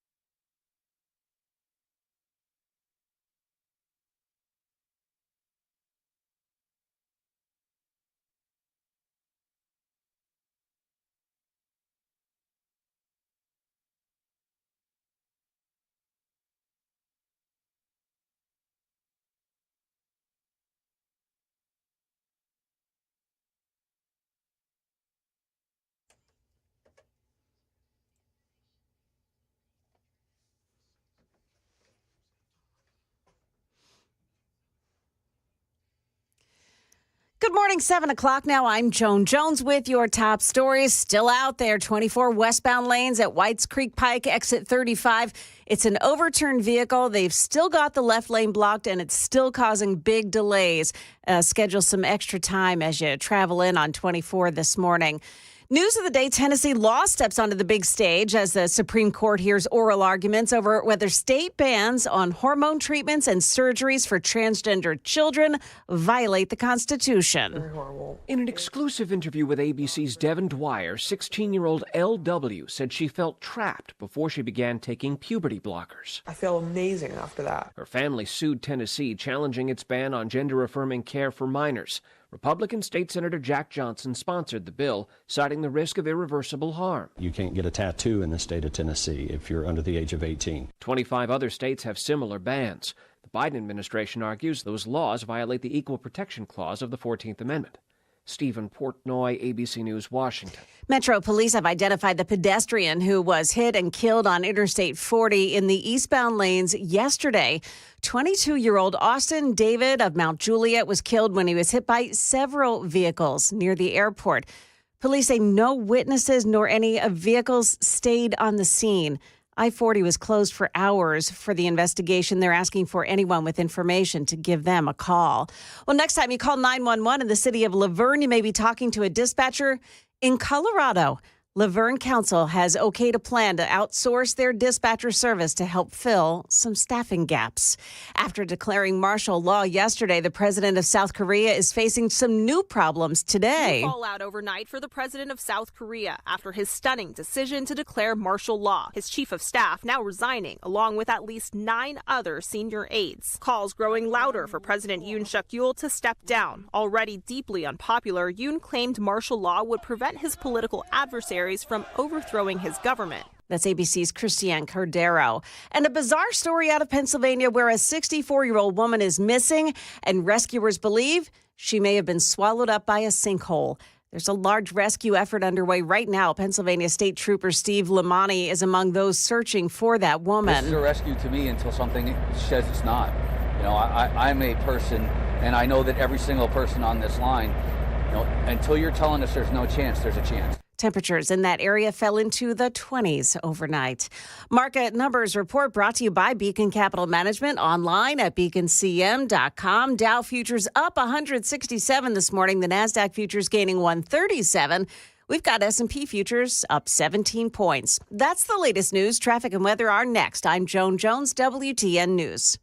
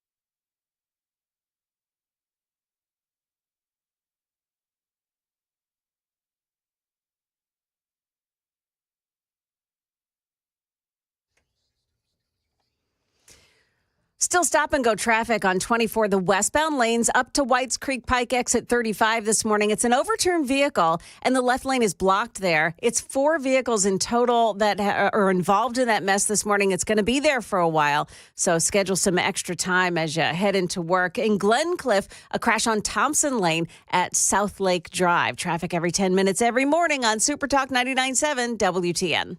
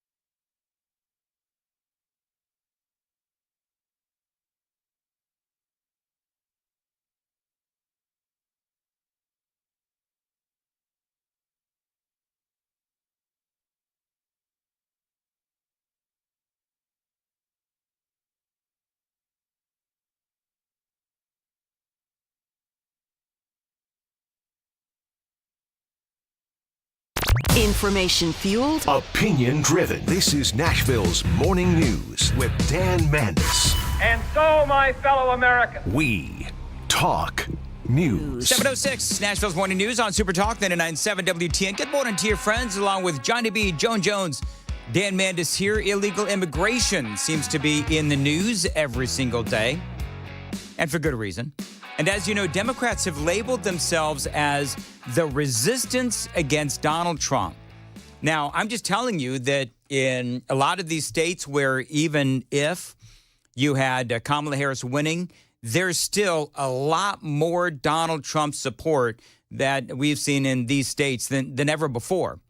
And so now you have governors, and as you know, governors and mayors and folks there in these states that are saying that they will be the resistance against Donald Trump's mass deportation.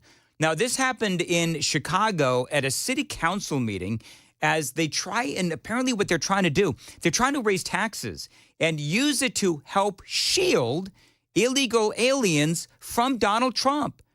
And so a woman gets up, one of many, by the way, who gets up, and she is ticked. You will not allow Trump to come in here and get these illegals.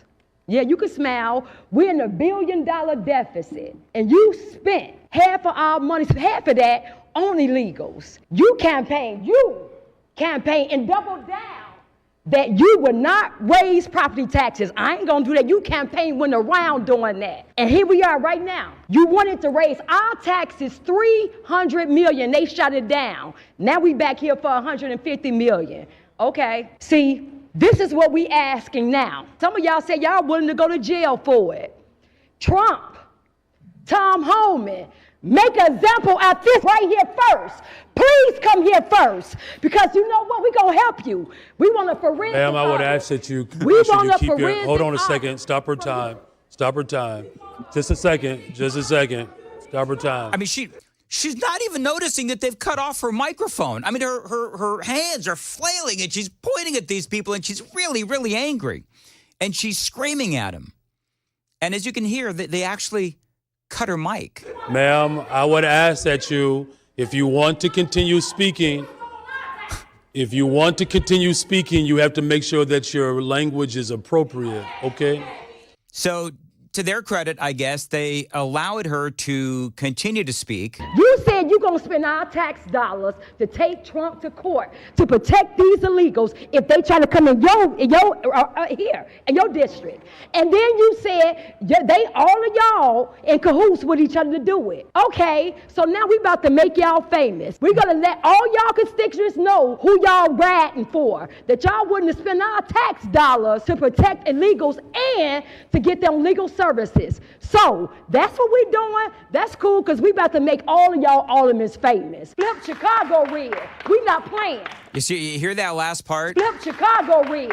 We not playing. Flip Chicago red. We got plans. Well, you know, my question would be, is that who did these folks vote for in the last presidential election? And who did you vote for on the local level? And clearly, you know, there might be a new definition of woke these days across America, because this lady and all of these people at this city council meeting in Chicago, I mean, they have woken up and they are really angry.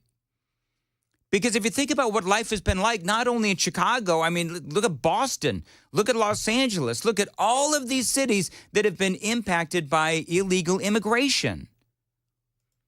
And every time you turn around, there's yet another story about how an illegal alien has done something horrific to an American.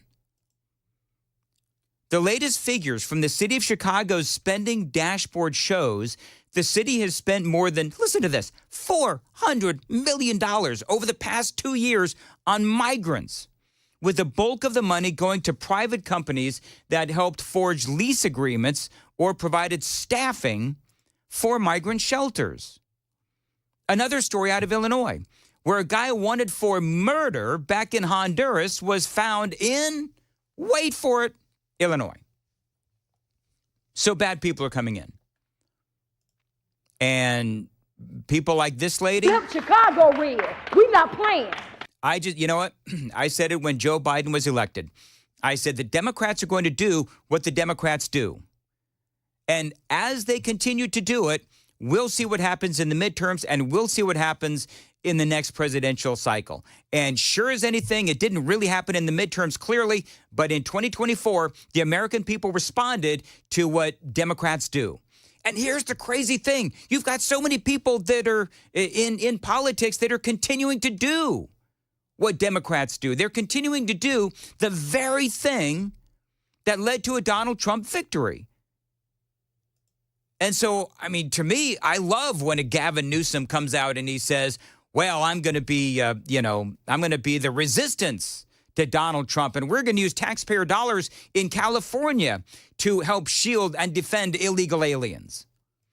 And I hear that, and I keep thinking to myself, keep talking, Gavin, keep talking. Because the more that you keep talking, the more people like this. Flip Chicago red. We not playing. They're waking up. It's like the new woke. Meantime, Democrats are at war with each other over whether or not to cooperate with border czar Tom Homan and Donald Trump in their efforts to mass deport. Here's what I love. What I love is that people are finding out about just how bad it's been.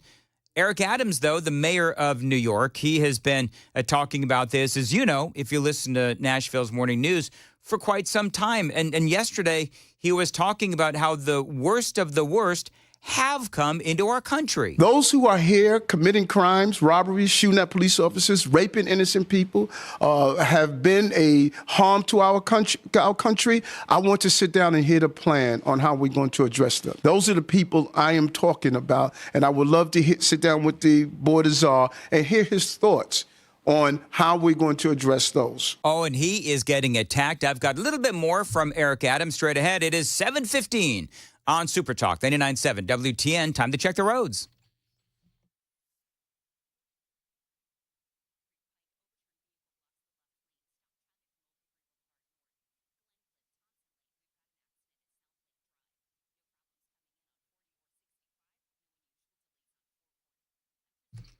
Partly cloudy today, a high of 53. Right now, 33 degrees at Super Talk 99.7 WTN.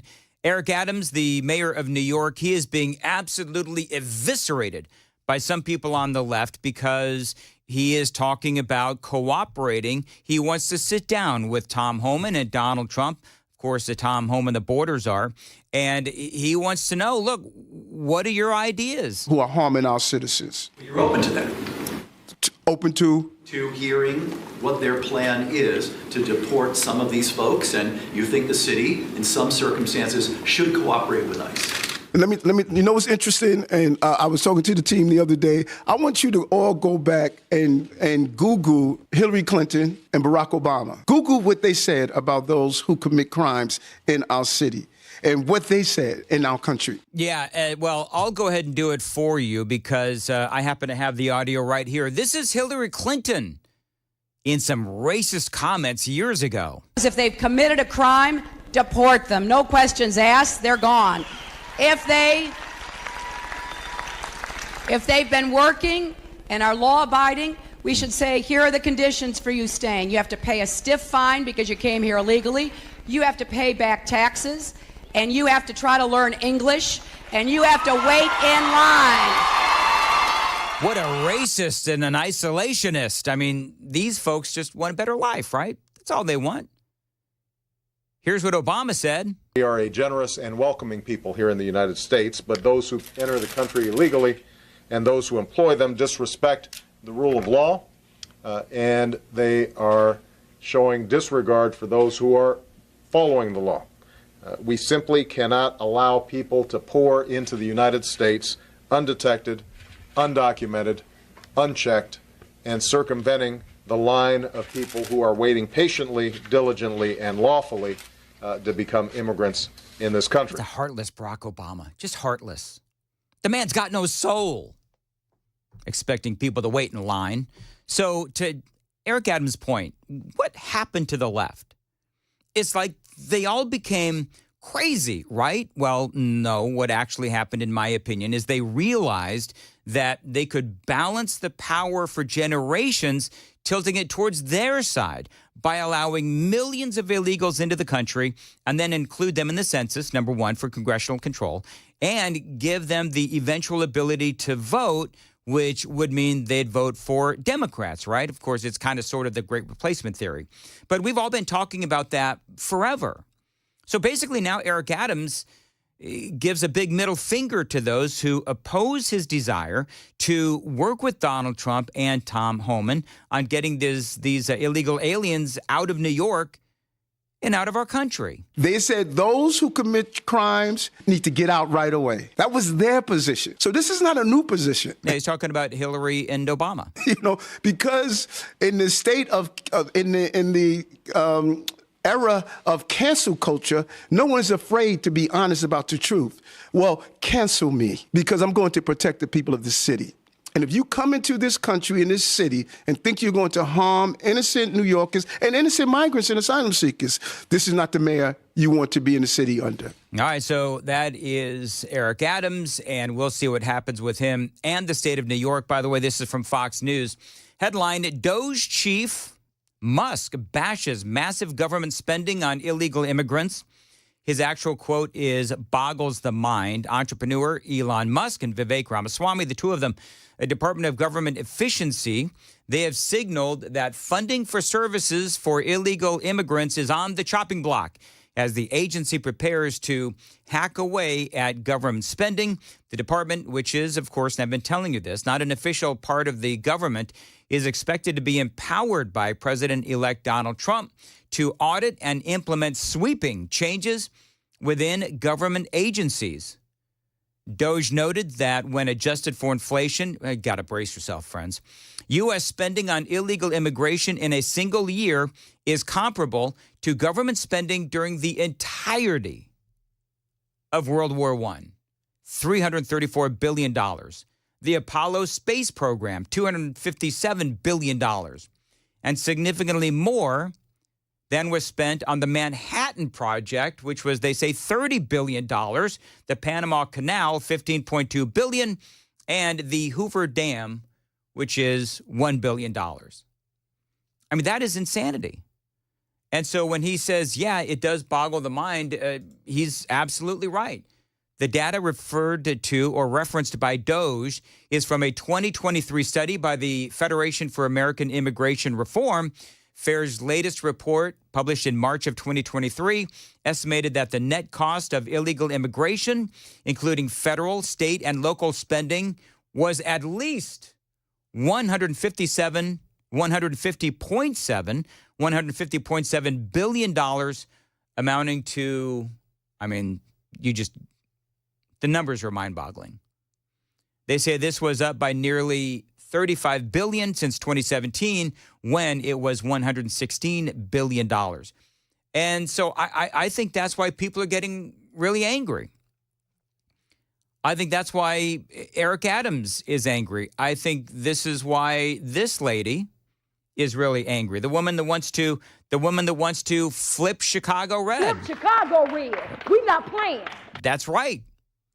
So I keep going down this road. You know what, Gavin Newsom? If you really want to be the one that actually is able to flip California red, then keep talking. Same with Chicago. I think Chicago, in Illinois, they have a tremendous opportunity right now if they want. Get people like this. Flip Chicago red. We not playing. Get people like that. Get them registered to vote and make sure that they do vote, because these states, I think at some point, they might face a reckoning. I don't know. It boggles my mind why anyone at this point would vote Democrat.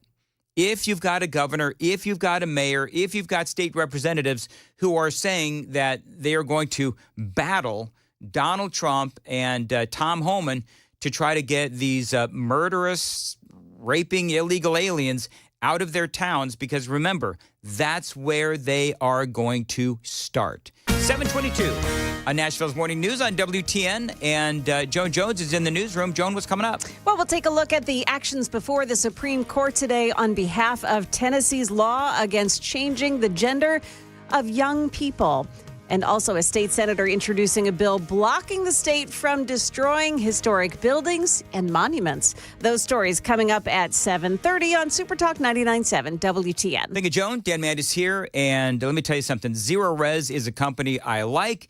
I use them, and I proudly endorse. Eternally grateful to these folks because they keep my carpets insanely clean and safe for Riker and now my grandson as well. Now, listen, dirty carpets equal sickness, and your carpet is the #1 air filter in your home, so keep it clean the Zero Res way. You know that Zero Res, they've got a difference. It means powered water. No soap, no residue, no harsh chemicals. That does mean pure safety for your family and your pets. And your carpet's going to dry twice as fast. So get your home holiday ready with Zero Res. They've got the highest approval rating from the Carpet and Rug Institute. They've got thousands of positive Facebook and Google reviews and a big thumbs up from my house. And a great deal going on right now. Headed into the holidays, 3 rooms for $129. You also get a free hallway as well. Going to repeat that. It's a great deal. 3 rooms cleaned for $129, a free hallway as well. Use my name. Plus, you use promo code FRESH100 to get $100 off of air duct cleaning as well. Restrictions apply. 1-800-0-RES. Call them again. Mention my name. 1-800-0-RES. ZeroResNashville.com.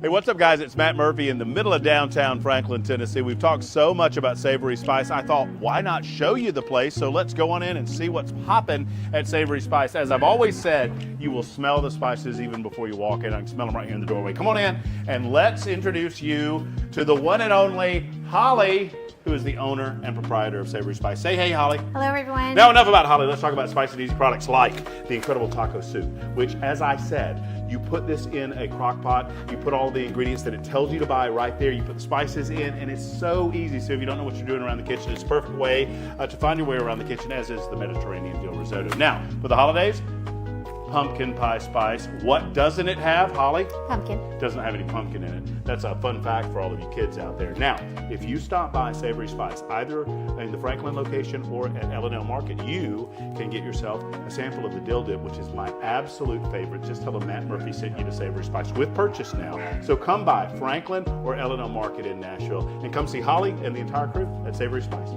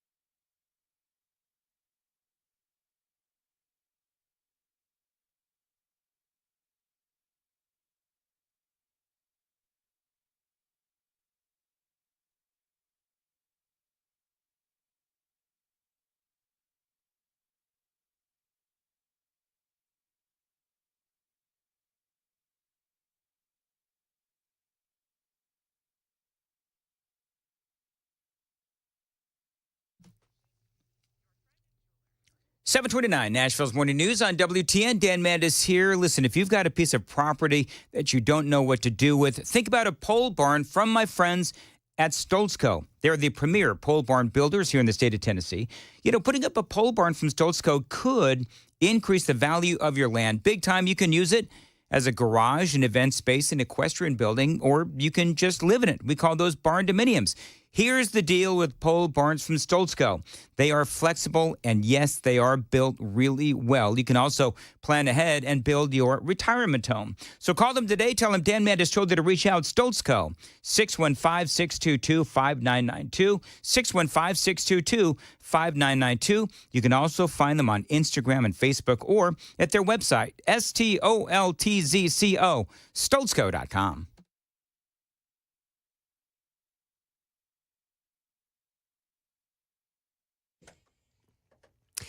Good morning. It's now 7:30, and I'm Joan Jones with your top stories. Still stop and go on 24 this morning, but now it's on the eastbound side as there is still rubbernecking delays from an accident on the westbound side. This is all around exit 35. There was a multi-vehicle accident. The eastbound lanes of 24, now they're stop and go right around that exit 35 area. Be careful as you travel. We'll deal with the full traffic and full forecast in just a moment. Well, when the Supreme Court convenes this morning, justices are hearing arguments for and against Tennessee's laws that ban hormones and surgeries for teenagers who want to change their gender. State Senator Jack Johnson introduced this bill, and he told Dan Mandis earlier that it's a well-crafted bill intended to stand up against legal challenges. And a good example is in 2021, Arkansas passed a version of this bill. It was immediately enjoined and deemed to be unconstitutional. We knew that. So when we're crafting our bill in 2022, we had to look at what the court said, and we had to craft it. We had to work with the Attorney General's office and our legal team to make sure that we were crafting a bill that would withstand judicial scrutiny. And thus far, it has done so. Now, the challengers are a Tennessee family who wants to continue hormone therapy to change the gender of their son. A Tennessee state senator has introduced a bill that would block the state from destroying or relocating historic buildings and monuments. That bill comes years after the Tennessee Historical Commission voted to remove the bust of Confederate figure Nathan Bedford Forrest from the state capitol. The Tennessee Star reports that more recently, the THC sided with those seeking to preserve a Confederate monument in Nashville's Centennial Park. That was 2021, determining that Metro Nashville government failed to provide an argument that would compel it to relocate the statue.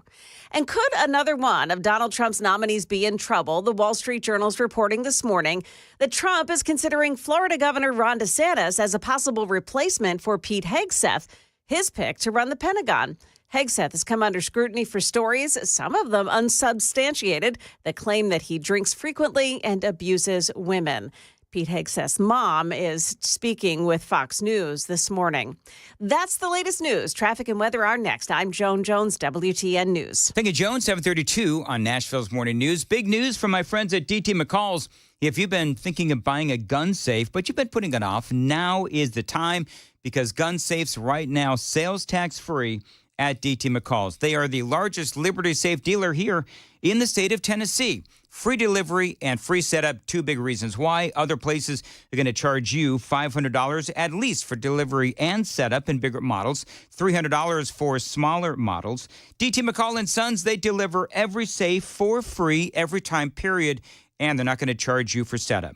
Now, this is a company that I've done business with for many, many years. Find them online, dtmccalls.com, for locations and information. 5 locations across Middle Tennessee: Carthage, Cookeville, Lebanon, Lafayette, Franklin. Always online, dtmccalls.com.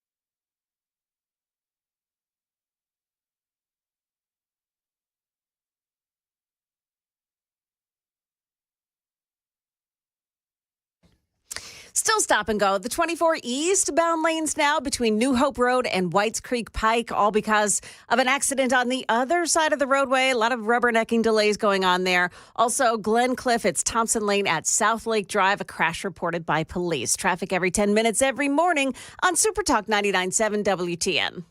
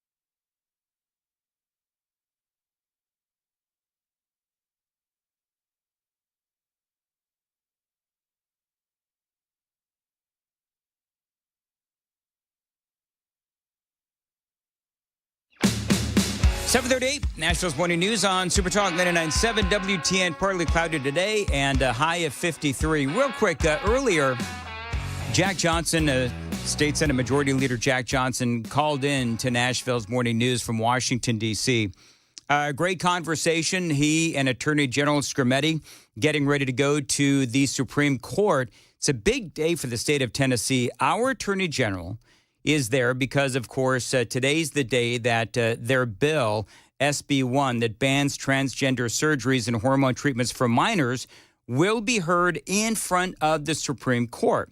Now, one of the big issues, and we've been talking about this off and on really for weeks and months and years, but there's people that are out there that are saying, well, this is a slippery slope. You ban it for kids. The eventual goal for the state of Tennessee is to ban it for adults as well.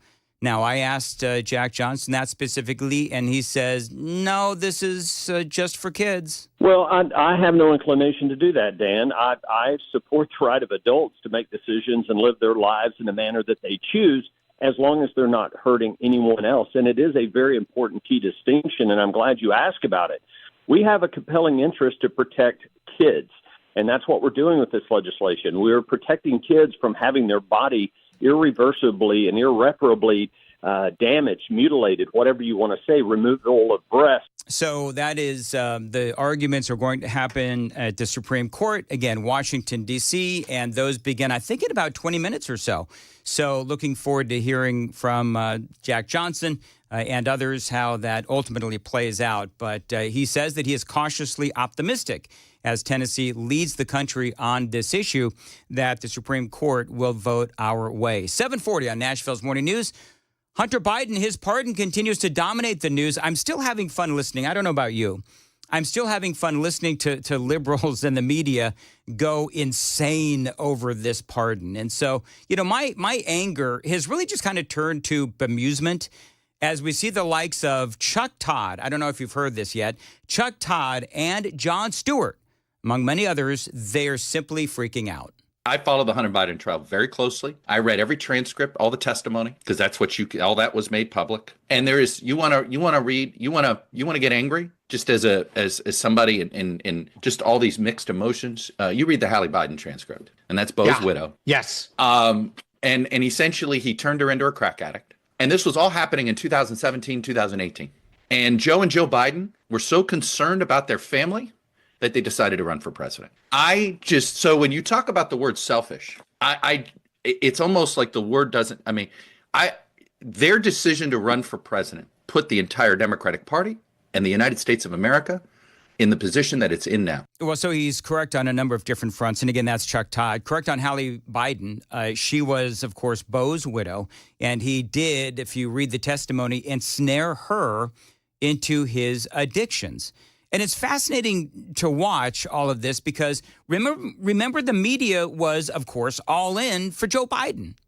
Chuck Todd, all in for Joe Biden. Everybody was so focused on beating Donald Trump and endorsing Joe Biden and protecting Joe Biden that they conveniently looked the other way when it came to Hunter Biden. Jon Stewart and you probably heard this, but it's great. Jon Stewart put this montage together of Democrats and the media talking heads, and they're very sanctimonious, and they're very pious as they're talking about Hunter Biden and the rule of law. This was before the pardon. The problem is the rest of the Democrats made Biden's pledge to not pardon Hunter the foundation of their defense of America, this grand experiment. One political party remains committed to the rule of law and the other doesn't.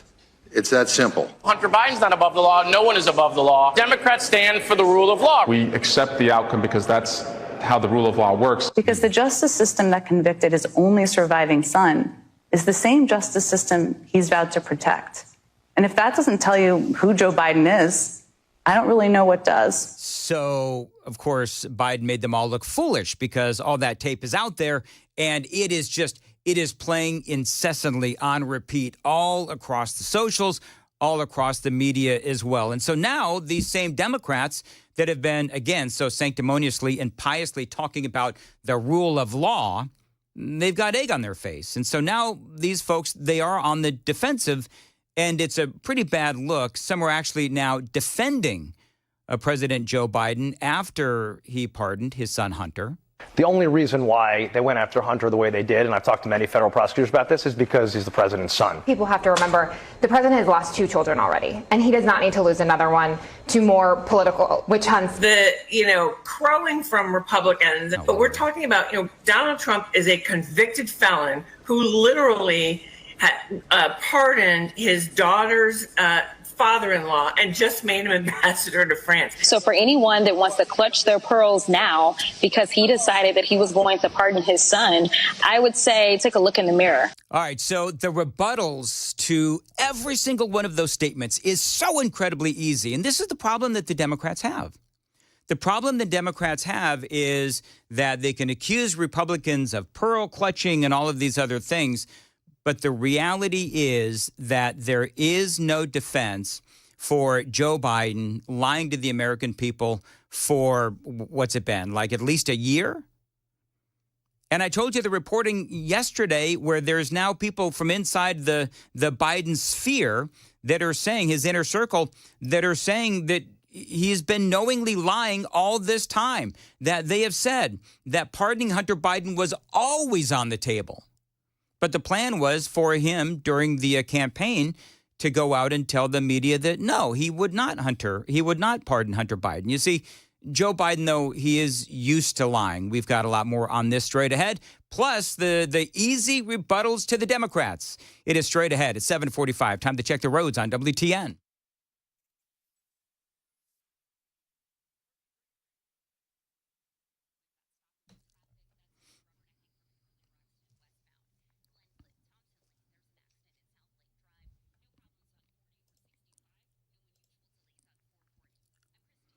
Partly cloudy today, a high of 53, 33 now at Super Talk 99.7 WTN. I was playing you some of the audio of these Democrats trying to, on the one hand, of course, they're trying to defend Joe Biden for lying to the American people, for pardoning his son Hunter, and they're criticizing Republicans as well for, as some of these folks said, pearl clutching.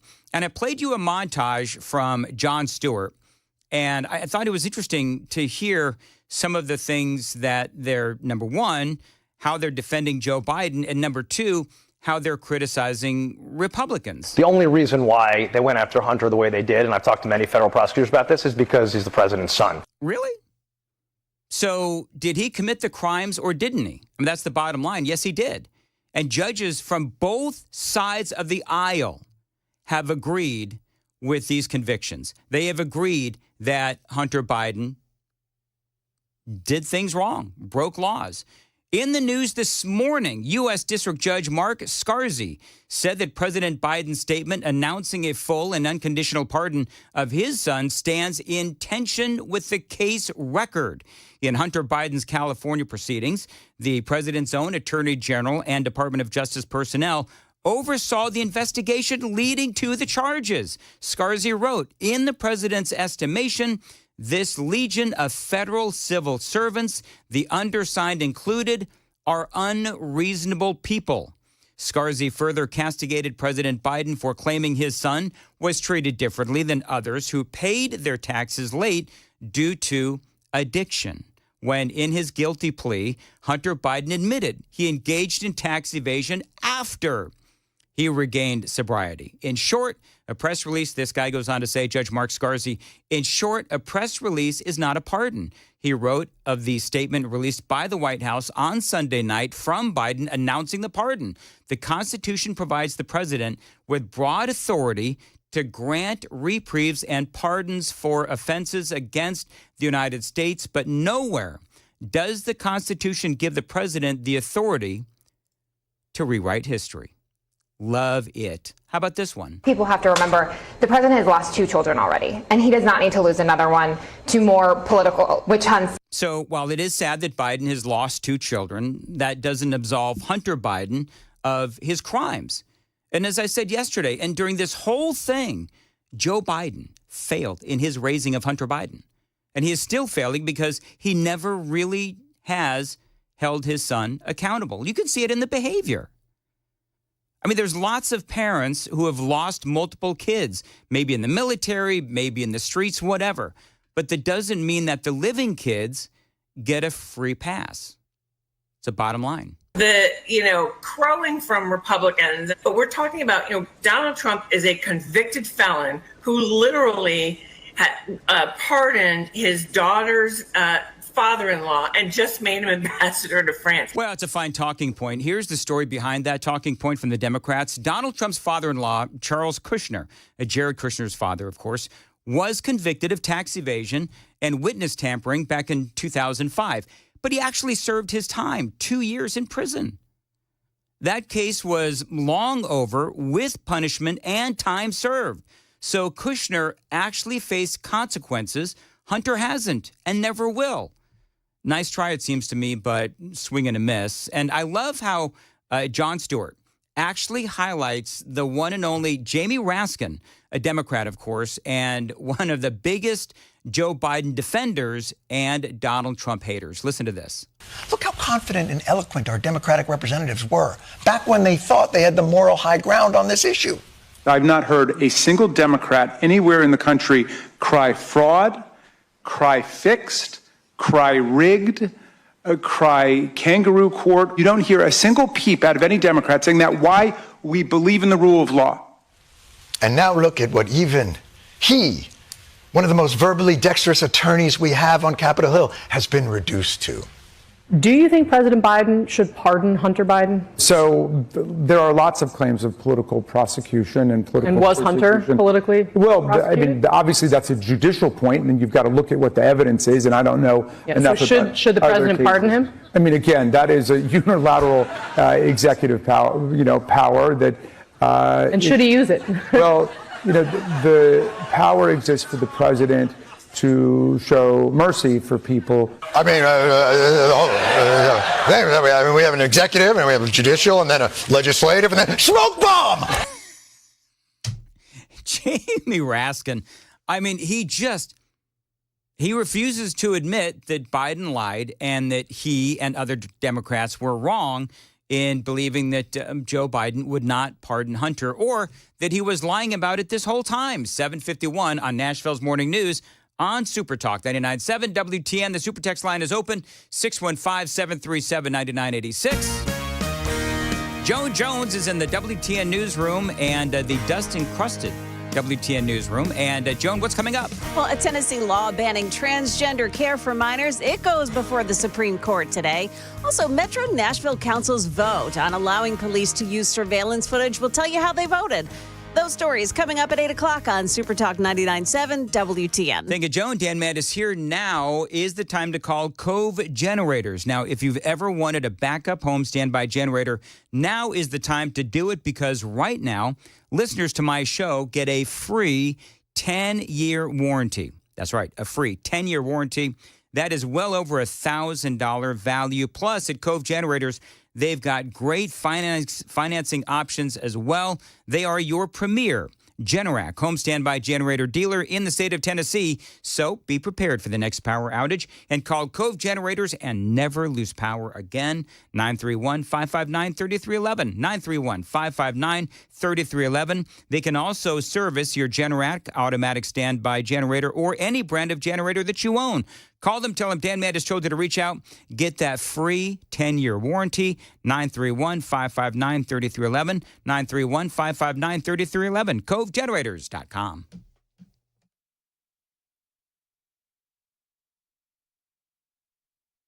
Did you know you're overpaying for your health and wellness products? With over 20 company-owned brands offering its members vitamins, supplements, wellness, and skincare products, you're able to save up to 70% off retail. Members Nutrition can't change your life, but we can change the way you live.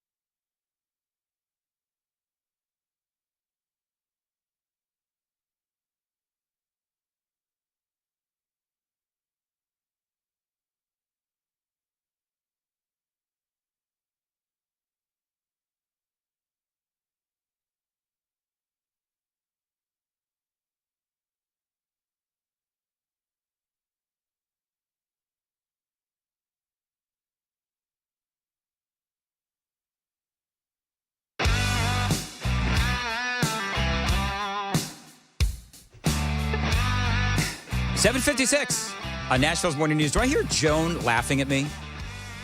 I think Dan, me laughing at you? What are you kidding? Yeah, I thought I heard that in my. I poked my head into Johnny's studio to say hello, and Johnny says, "Hey, you're coming back in seconds." So in I go. My eyes are so completely toast today, like everything's blurry. I can't read a clock. That's actually what's happening. But what I do know. Are you stoned again today? No. Although that would make sense based on my performance, but and the no. Explanation of not knowing the time. Yes. Yeah. That's exactly what it is. But what I do know is that it is time for our big announcement coming up after the news here at about 8:05, 8:06. So we've got Chris Hand is here, and Chad Benson is going to be here. Matt Murphy is going to be here somewhere. I know that Brian Wilson, ever punctual, was here a half hour early. Yes, he was. And it's going to be a big announcement. And I'm very much looking forward to having all five of us on the air together at one time, if we could technically make that happen. So all that and a whole lot more straight ahead. It's 7:57 on Nashville's Morning News on WTN. Dan Mandis here for the Glock store and their Shoot 270 indoor ranges. Yes, these are rooms and not lanes. A lot of us have shot in the lanes, and they're the same everywhere you go. Now, I've been shooting in the Shoot 270 indoor ranges for a couple of years now. They are amazing. And the trainers at the Glock store, incredible as well. They'll show you why the Glock store is a great place to train and a great place to buy your guns. You can also tour their Shoot 270 indoor ranges. It is the only one in the country where you can get private shooting rooms that offer one-on-one personal instruction. You'll actually shoot less and learn more at the Glock store. Now, every time I shoot at the Glock store, I leave a better and more confident shooter. Every single time, guaranteed. You will too. Book your session and check out the pictures and videos at shoot270.com. That's shoot270.com. The Glock store, minutes from the airport and worth the drive from anywhere.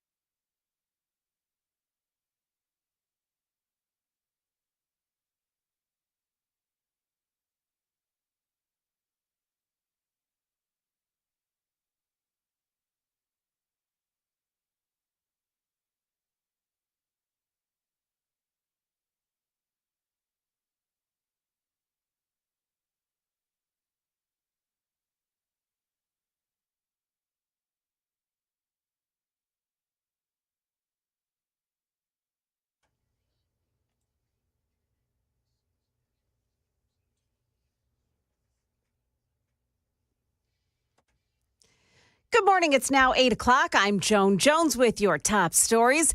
Tennessee's law banning transgender medical treatments for minors goes before the Supreme Court this morning. That law was crafted by State Senator Jack Johnson, who told Dan Mandis this morning it's about saving young people from irreversible damage. Because these medications, these surgeries, they can inhibit your ability to bear children. Imagine making a decision when you're 16 or 17 and then you get to be 25 and you realize you made a horrible mistake and you want to get married, you want to have a family, and these procedures or these medications rendered you infertile. How horrific would that be? Now, the Supreme Court will decide whether that law is constitutional, and their decision is not expected for several months. Metro Nashville police won't be able to use private surveillance cameras to help solve crime. Metro Council voting against allowing that Fusus technology after hearing from some residents who fear misuse that could infringe on their privacy. Others, however, spoke in favor of Fusus. I think this technology it's a no-brainer. Why in the world would we not want it? Metro police must now disable the cameras that were currently being used to test the technology. A Florida sheriff who was Donald Trump's choice to lead the Drug Enforcement Administration has withdrawn from consideration. Chad Chronister said in a social media post that his decision came after considering the gravity of the position. The choice of Chronister came under heavy criticism for his enforcement of COVID-19 protocols. Market Numbers Report brought to you by Beacon Capital Management, online at beaconcm.com. Here's Jim Ryan. Fresh records were set for the S&P and the NASDAQ in Tuesday trading, although the gains were only slight. The Dow Jones, on the other hand, gave up a fraction on the day, closing at 44,705 and continuing a lackluster start to December. Fewer people were out shopping over the Thanksgiving holiday, but each one spent a little more. The National Retail Federation says consumers shelled out $235 apiece on average, $8 more than last year. The heads of the nation's biggest airlines can expect a bumpy ride when they sit down before a Senate panel investigating so-called junk fees today. The carriers defend charging more for legroom, window seats, or checked bags, saying those fees are all voluntary. Campbell's has a new CEO and plans to sharpen focus on a more diverse range of products. Large packaged food companies like Campbell's are facing competition for grocery store space from more affordable private label brands. Stock futures before the opening bell here. We've got about a half hour to go, and the Dow futures are up 154. The NASDAQ futures gaining 153. S&P futures are plus 18 points. That's the latest news. Traffic and weather are next. I'm Joan Jones, WTN News.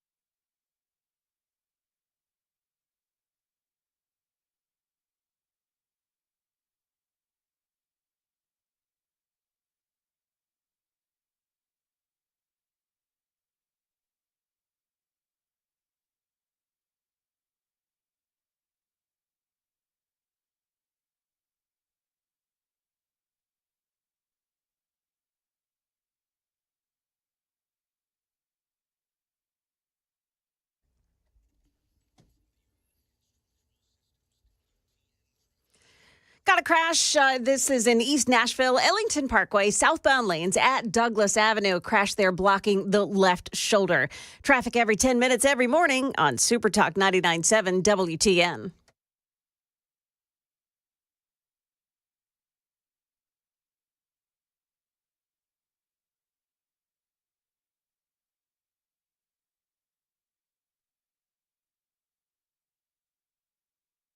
Information fueled, opinion driven. This is Nashville's Morning News with Dan Mandis. And so, my fellow Americans, We talk News. 8:06, Nashville's Morning News on Super Talk 99.7 WTN. The moment we've all been waiting for. What is the big announcement? I am surrounded by Chris Hand. Good morning, Chris. Hey, what's up, guys? How are you? We're all good. Chad Benson is here. Good morning, Chad. What is up? Well, we're going to find out. We've got here in the studio. Chris is in the newsroom where Joan sits, and Chad is where Johnny sits. And here in my studio, we've got Matt Murphy to my left. Hello, Matt. Hello. And Brian Wilson. I need more coffee. I have clearly had too much. Now, Brian announced, I'm just going to get right to it. Brian announced his retirement. Brian, your last day is December 24th. December 24th. The drive reaches its final destination. You're going to pull in, you're going to turn off the ignition. That's right. And then I'm just going to say it. Matt Murphy, congratulations. You are going to be afternoon drive on WTN. Hey, congratulations, Murphy. Well done, Thank Murph. you. And I'm just going to It's say an absolute honor. I'm just going to say that when I hired you, I knew that you would be a great fit for whenever the mighty Wilson decided to park the car and turn off the ignition. Your talent abounds, and I am so proud of you, and I'm so proud of the guy that I hired. I was about to say you were proud of the guy that hired me. Yes, absolutely. Yeah. Now, I do need to let you know, though, that we do have appearances to keep, and you need to cut your hair. Yeah, you think so? These are locks for Trump.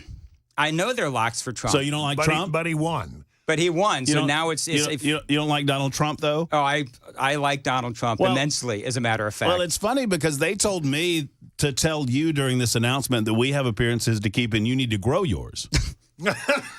So it was weird how they told us kind of weird. Well, conflicting things. The outgoing host on the drive, of course, has that great anchorman kind of hair. Oh no, he's got a good look. Yeah, he really does. He claims he doesn't like to take pics, but I saw those pics that you took recently, and they look great. Yeah, you and Grogu. Yeah, my wife forced me to sit down after church, but thank you for that. You're welcome. There's big, massive Brian and little tiny Grogu, and he remains as cute as ever. Well, let me just say that real quick, because I know there's a lot of other stuff going on, a lot of other movement going on. That it was an absolute honor to be asked to be a part of Super Talk 99.7 WTN 3 years ago, December of 2021. And it is an even further honor and a privilege and frankly, I think a responsibility to take up the time slot occupied by now Brian Wilson and The Drive and previously by Phil Valentine. It is an incredible, it is of my career, and I've been doing it a long time. There's nothing that I can say to thank the people of Middle Tennessee in the way that they brought me in, accepted me. I know that I'm a grump. I know that I'm a bulldog.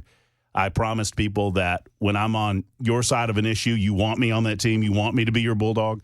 And the manner in which the listening audience has accepted me and brought me into the family has been absolutely overwhelming. So thank you so much for that. Well, listen, I'm leaving you a great audience. They've been so good to me. And the folks, I want to say, when we made the announcement not long ago that I would be retiring, not completely gone. Mm-hmm. I'm still going to have a relationship with the station and still going to be doing fill-in work and some other stuff that we're working out now. And those announcements will come later, I assume. But I cannot begin to express how sweet and how lovely the audience has been in wishing me well in my new endeavors. So I just want to say thank you to the audience. When I came in to fill, it was big shoes to fill when Phil passed away, and I came in there understanding that I could never be Phil Valentine, but I could be Brian Wilson, and hopefully the audience would open their arms and greet me warmly, and they did. And I'm certain that they'll do the same for you, Matt, and I wish you all the luck in carrying on that time slot going forward. Thank you, Brian. So that leaves an opening noon to 3, and that is where Chad Benson comes in. And Chad, of course, the audience is now, folks are familiar with you because you've been doing a lot of fill-in work on the station here for the last, month or so. Yeah, right around there. Yeah, and people know you from the national show, of course, and that's how I knew you, a few years ago, and I've been keeping track of your career. And now you live here in Middle Tennessee. You moved here for the gig. You love Tennessee. And you'll be doing, in addition to your national show, you're doing a local show right here for Nashville and WTN. Oh, I'm so excited. I'm pumped. Thank you, guys. I'm so excited. It was funny because we started this endeavor, you and I, man, it's a while ago, man. We started talking and stuff, and it was funny when this was all going down. Dan calls me one day and texts me and goes, hey, whatever happened? Because, all the stuff. And I said, oh, you don't know. I said, dude, I'm like a block away from the station. He goes, what are you doing here? And then, it's like, the secret, inside. But I'm so excited to be here, and it is awesome. And it's great that I walk to work now, which is another awesome thing, because I live 65 miles away from my last studio. And you live in a place where it's, relatively speaking, safe to walk to work. It is. I don't have to worry about getting mugged. There's no bums anywhere. The worst case scenario is Vandy wins a game and the 8 people that go support Vanderbilt carry away the goalpost. Now, should we tell him, has he passed his triple secret probation yet? I think that starts, right? Does that start on day one? It can one? only begin after he is officially announced. Yeah, okay, very good. I was told it was a 3-year probationary period by my boss, Dan Mandis. Yes, there is that. I still feel like I'm on triple secret probation around here. Chris Hand, by the way, remains at 9 to 12, and I'm still your humble host, 5 to 9. So, Chris is behind me. Chris is it's behind very you. bizarre. Should we not all be on the same airplane? Isn't that we're not supposed to be on the same airplane, right? I don't know. I think the feeling from downstairs was we can't all be in the same room at the same time. Otherwise, if something were to happen, the radio station would go kaput. Well, the other problem is there's not enough fumigation to clean out the studio if all 5 of us are in the same room. It's the size of the egos. Let's be honest. Let's be honest. That's exactly right. You don't get into this business without having a little ego. Let's be real. That's exactly right. So, Brian, I want to know what I know that you have this new thing that you're doing for Watertown. Yeah, I wanted to be the mayor of Watertown. Yeah. And Brian Wilson should be the mayor of Watertown. I was going to run for the mayor of Watertown. Yeah. Excuse me, I got that morning frog. And it turned out that couldn't happen because of equal time provisions, FCC rules and regulations, and it just wasn't possible to do that. So the other day... the FCC ruins all the fun, by the way, don't they? Can we all just, as 5 talk show hosts, can we all just admit that the FCC ruins all kinds of fun? They're fun ruiners. Bleep, yeah! Believe me, they've been the bane of my existence at times. Mm-hmm. But I got unanimously elected as the president of the Watertown Chamber of Commerce. Wow. That's a very Yeah, I know. When did that happen? You didn't know about this? I didn't know about Hold on. We got it. Happened Monday. Right. We're gonna skip traffic, because we don't. Johnny has been absconded from his room. So You want me to do traffic real quick? Traffic sucks. We had that problem on 24. I believe that it's clear now. But anyway, so yeah, Brian is now the president of the Watertown Chamber of Commerce. It's the Watertown and East Wilson County Chamber of Commerce, and I'm it's a job that I love. The little town that I moved to some 3 years ago. I'm really excited about helping that little community prosper, and so I was elected on Monday night, and I'll be doing that in addition to all the other things that I'll be doing. Well, you'll have a lot to do, because isn't there a train thing that's happening between Nashville and Watertown now? In fact, I think it's maybe today. I got to double check my calendar. They're announcing that they have gotten the funding for a turnaround for the trains that come in, and the reason they want that is that there's a steam locomotive that's being rebuilt right now, and they want to bring it to Watertown. We have trains that come there all the time carrying tourists, but they needed a thing to turn it around, a big turntable, so that they're going to break ground on the new turntable. They got a grant to get that thing built. Please tell me you get to get a shovel and a hard hat and do that first thing of dirt. Big scissors. Big scissors. That'll be the mayor and the council and all of that. But I'm very excited about that. Is it safe to say, Brian, that you are going to be working behind the scenes to undermine whoever the new mayor is in Watertown? No. Are you sure? Because, I mean, I know how... It's not the new mayor. He's been the mayor for 40 years. I thought he was leaving. No, he ran for re-election. Are you going to run again? Are you going to run now that you have that chance? No, that one wouldn't have the opportunity until the election was just held. So how long is a mayoral term? I think it's 4 years. 4 years? 4 years. I mean, this guy's got to be old, though. I mean, maybe. I'm not wishing Brian, you can, ill will on anyone. No, we wouldn't want that. No, but you know what I'm saying. He's a good guy, and he'll You do know what? well. But we're going to be working hand in hand, I hope, in the future to do some things that are important to the chamber and the businesses and the people who operate. They sort of the downtown area of Watertown, such as it is. You know, I think Matt knows people who could visit the mayor and maybe convince him to step aside. Not me. Not But you? Chris Hand is from the area. He is. He's those from types the of East people. Coast, he's from he the probably upper knows East people Coast. like He probably that. knows folks. He's from Whitey's area. Well, yeah, exactly. Yes, exactly. That's what I was thinking. You guys are causing me more trouble. Well, than no. you can What I possibly want to know is who of the four of us remaining, Chad, Chris, Dan, Matt, who wants first crack at new Chamber of Commerce head ruining Watertown story? Who wants the first crack at that story 3-4 months from now? I just hope that it breaks overnight so I have first crack at it. So when you start doing that hijinks and shenanigans over at the Chamber of Commerce, do it at night. That's Scandals. Awesome. That's Scandals.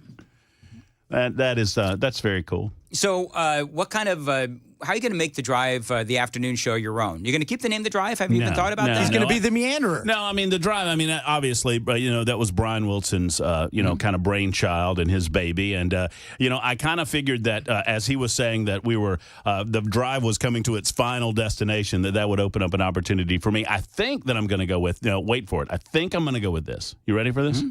This is what I think I'm going to go with. The Murphy Show. What do you think? Ooh.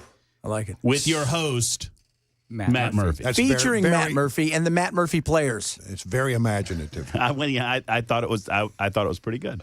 I like it. I don't know. Very good. I was going to go with Nashville's morning news, but somebody told me that it was in the afternoons. And it wouldn't work. There is that as well. I think it's going to be interesting to watch Brian Wilson in retirement, unshaven, unkempt. His hair is going to get as long as yours, Matt Murphy. And he's just going to be like, walking around in pajamas around Watertown at 3 o'clock in the afternoon. Is that what your retirement's going to be like, Brian? No, from what I've been finding out from people who are going through this, I'm 69, so a lot of people are ahead of me in my peer group. And so what I find when I talk to them is that they're busier now than they were when they were working. Well, Brian, not everybody can be the president of the Chamber of Commerce of Watertown in East Wilson Unanimously County. elected, I want to point that out. There were no votes. I predict that sounds awfully, can I just say real quick, that's awfully Kim Jong-un, Vladimir Putin. I mean, that just sounds a little suspicious of me. I'm glad you said it, Dan, because we were all thinking it. No votes at all. Dip their thumbs in purple ink after they voted to designate their votes. It was a lot less formal than you might imagine. Now, I don't imagine that at all. I imagine Brian riding around in his gator or whatever type of machinery he has over there with one of those spears, getting trash out of the roadways and fussing at people for dumping trash on Watertown. Don't you know we have an image? There is no trash in Watertown because it is bucolic. Well, there you go. There you go. There you go, bucolic Watertown. You almost speak like the president of the Chamber of Commerce. Absolutely. All right, so, and you and I, Brian, have talked about this before, but Brian's not going away. His last day of full-time work is December 24th. What's your first day? You going to be on Christmas Day? I think my first official day with the new show is being designated as January 2nd, although I will be in the following week of Christmas from 3 until 7. And, of course, I'm doing the Mondays and Fridays as well. So it'll be a kind of a slow burn toward that January 2nd.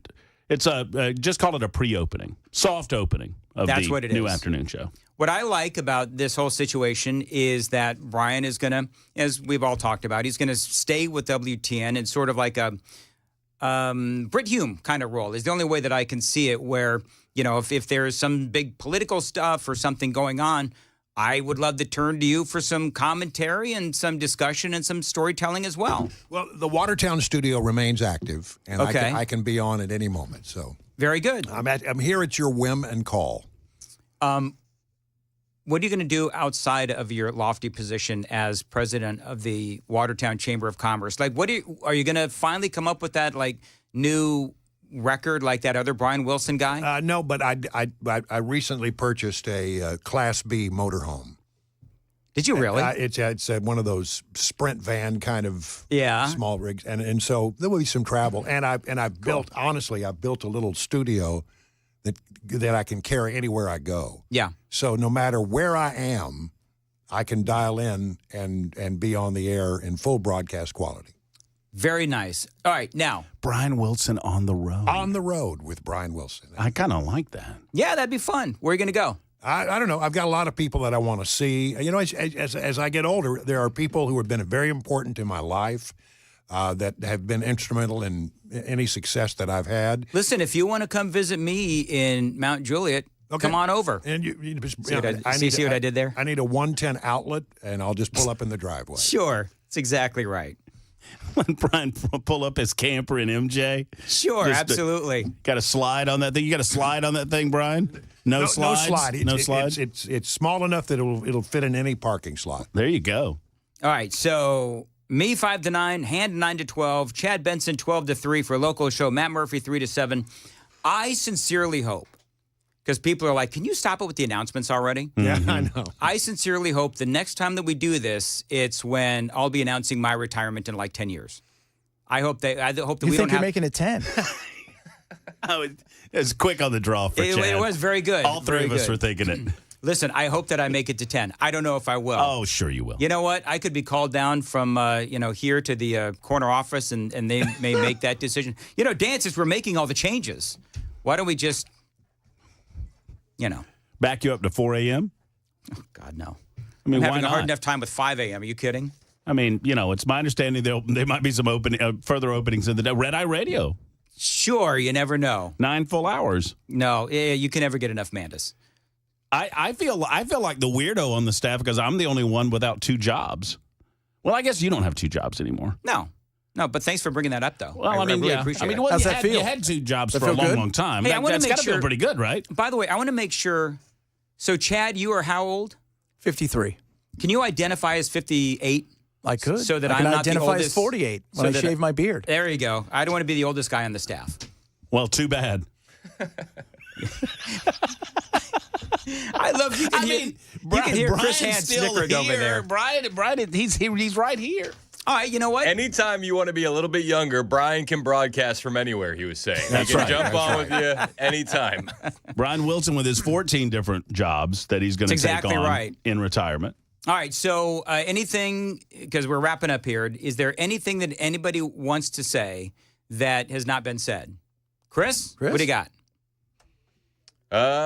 I'm excited for Murphy, man. I think Murphy's going to excel. I'm bummed that Brian's leaving at the exact same time. I'm going to miss Brian. I'm going to miss listening to him. I would listen to him driving to school with the kids and then listening in the afternoon. I'm excited for Chad. I think that the sky's the limit for this station with the talent that we have.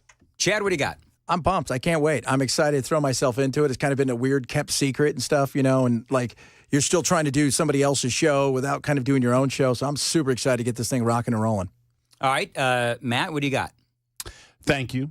Just simply a thank you to the audience. Thank you to Middle Tennessee for being so receiving of individuals like myself, like Chad. I'm sure Chad and Chris feel the same way. I mean, it's been a wonderful blessing to be a part of the family, and I look forward to continuing that in the afternoons. Brian? It's been a good ride.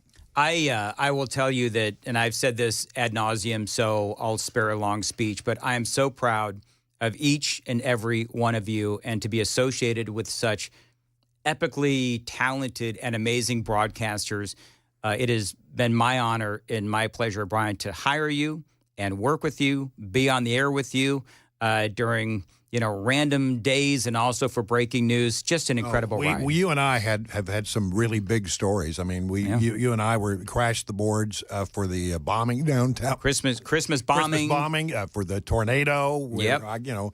that was quite a day. And unfortunately for the Covenant shooting, we were on the air for hours. So, that's what one of my great hopes is when there is big breaking news that I can still, like the old fire horse, Yep. when the bell rings, you want to be there. Listen, if there's any big breaking news from the Watertown Chamber of Commerce, I will let you know. You let me know. I'll send out a press release. All right. 8:25, Nashville's Morning News on Super Talk 99.7 WTN.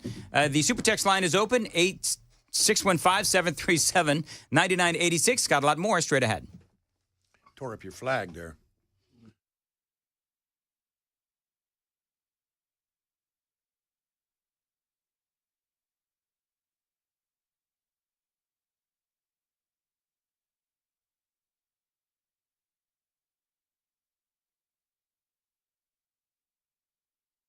Hey, what's going on? It's Chris Hand, and I want to talk to you about Shane Ring over at Cover Nash. If you're paying for your own health insurance or you're looking for coverage, don't go online looking for quotes. I mean, you're going to get endless calls from call centers, and they won't stop. Instead, call my friend Shane Ring. He's an expert with over 20 years of experience, and he can provide sound advice for your health insurance needs.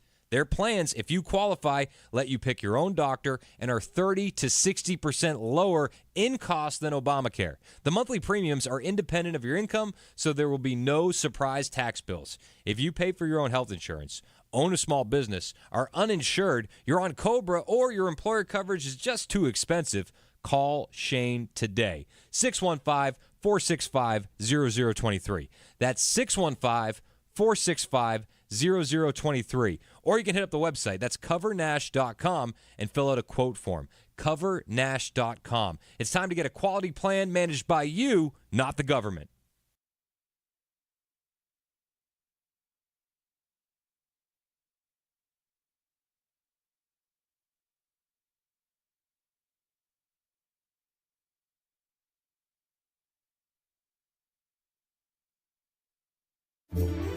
Looking for a perfect gift this holiday season? There's no gift more beautiful or meaningful than a stunning piece of jewelry.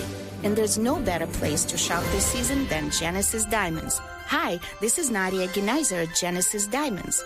We've curated an impressive selection of can't-miss gifts, rings, earrings, pendants, bracelets, bands for every taste and budget, from diamond classics to the newest designer fashion pieces. Plus, our luxury pre-owned Rolex selection is bigger and better than ever.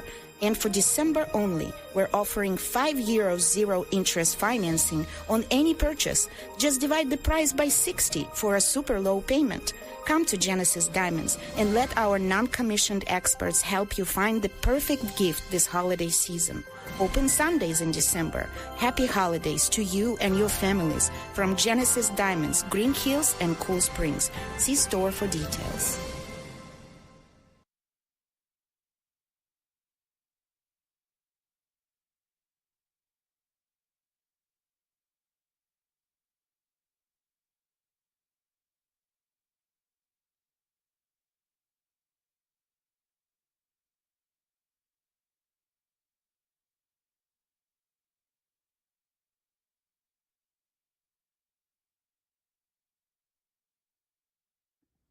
Hey everybody, Dan Mandis from Nashville's Morning News. The Wall Street Journal reported a while ago that people are feeling stress, anxiety, and depression because of this election. If that's you, talk to my guy, Dr. Christopher Van Schenk.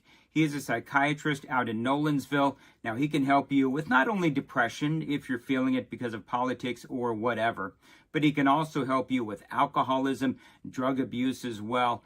Go to his website, nolensvillepsychiatry.com. He's got a long list of conditions that he can help you with, either in person or at telehealth. The best holiday gifts are made from scratch, with top prizes up to $500,000. Holiday instant games from the Tennessee Lottery make great gifts. Stop by any Tennessee Lottery retailer and pick up some today.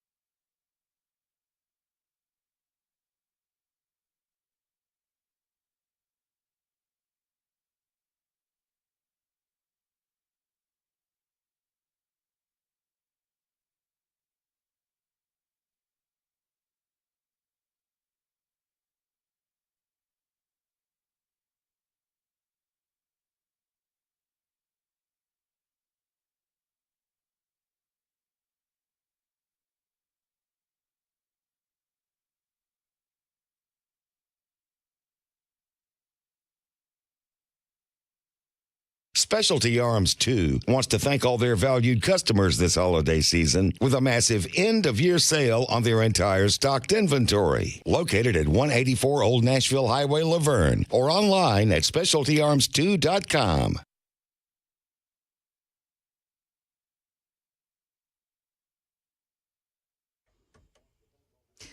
Good morning. It's 8:30 now, and I'm Joan Jones with your top stories. President Trump may be considering replacing Pete Hegseth with Florida Governor Ron DeSantis for his nomination to lead the Pentagon. That is according to the Wall Street Journal just this morning.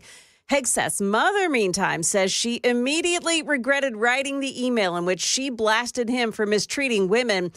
That email got leaked to the media. I wrote that in haste. I wrote that with deep emotions. I wrote that as a parent.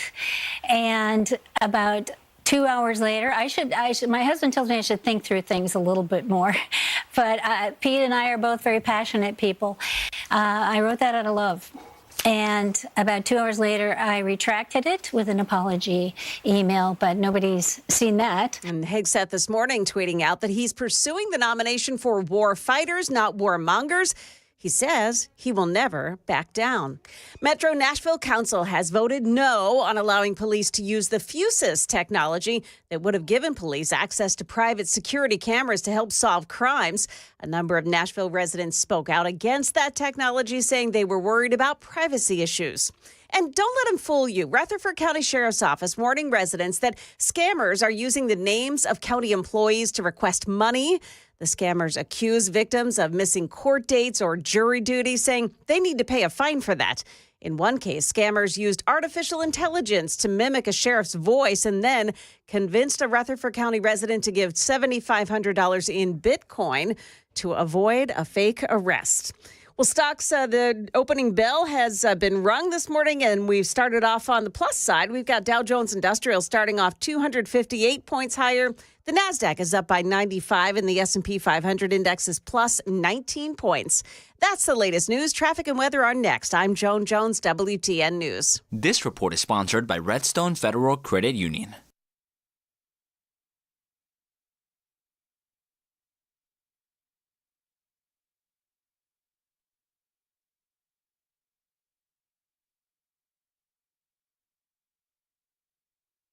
He told me his advisor said, I'll watch the market and then we'll decide what to invest in. Real Stories with Paul Winkler. I asked, what will you be watching for? That may sound like smart planning, but it's really just market timing in disguise and typically just increases costs and risk. You want to be proactive and not reactive when it comes to investing. My advice, if an advisor says that, run. PaulWinkler.com, creating confident investors. 615-851-1950. Or go to PaulWinkler.com.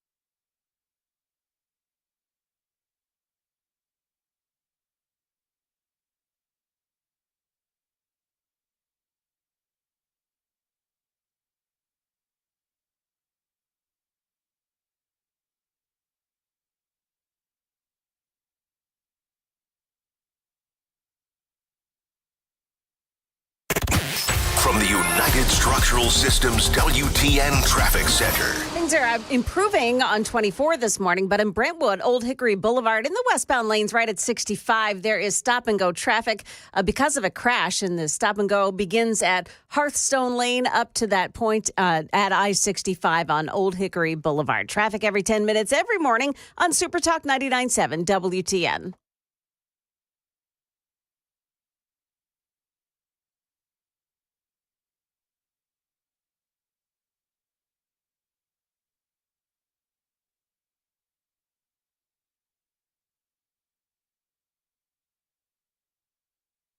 Get insanely clean carpets with zero res. Right now, get 3 rooms of carpet clean for $119, plus free hallway. Also $100 off air duct cleaning using promo code FRESH100. Call 615-535-9376 or book online at zeroresnashville.com.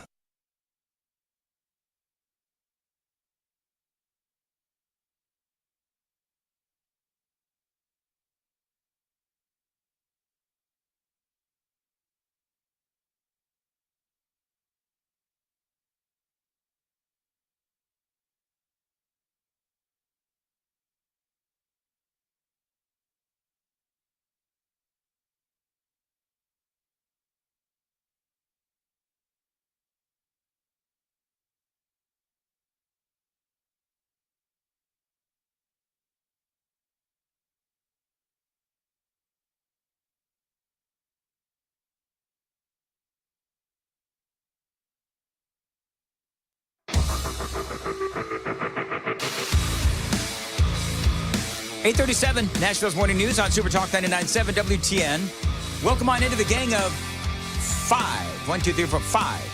Who's 5? Well, we can't. We tried to kick Murphy out, but he won't. Oh, I see. And well, he said now that he's going to afternoons, these opportunities are going to be few and far between. That's exactly right. Hey, Joan. Hi. Hey, Johnny B. Hey, brother. So, sorry. Is that your line? I'm sorry. It's all right. It's all right. You know what? In these segments, the less I speak, actually, the better they turn out, which is kind of weird. What'd you say? It's exactly right, Joan. By the way, I also want to throw some love to Johnny and Joan because you two, and I do it all the time, so whatever. But, I mean, you guys also do fantastic work.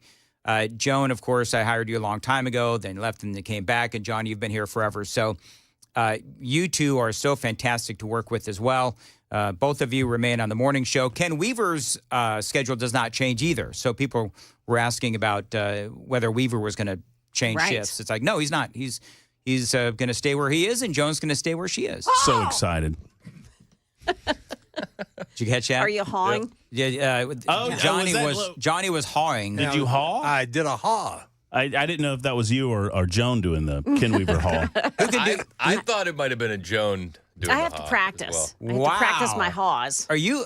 Chris actually thought, Johnny, that you were a girl doing the Ken Weaver haw. Oh. Didn't sound like a Okay, girl. I didn't go that far. That's actually literally what you said. Wow. No. You said I thought it was And Joan. I used to love Joan's a girl. Chris. I don't view Joan as a girl. I view her as a news person. There you go. Good out. Yeah. Well done, like Chris that? Hand. Yeah. All right, so we had a little bit of controversy on the show earlier. I was in the middle. Let me see if I can find it. I was in the middle of a segment, and I get a text message from Murphy, and he's telling me that I am mishearing and misrepresenting a soundbite that I was playing. So I want to, if I can find the darn thing. We were talking about what is going on in Chicago, and there's a woman, and I was playing her audio, and she said something. I got to find it.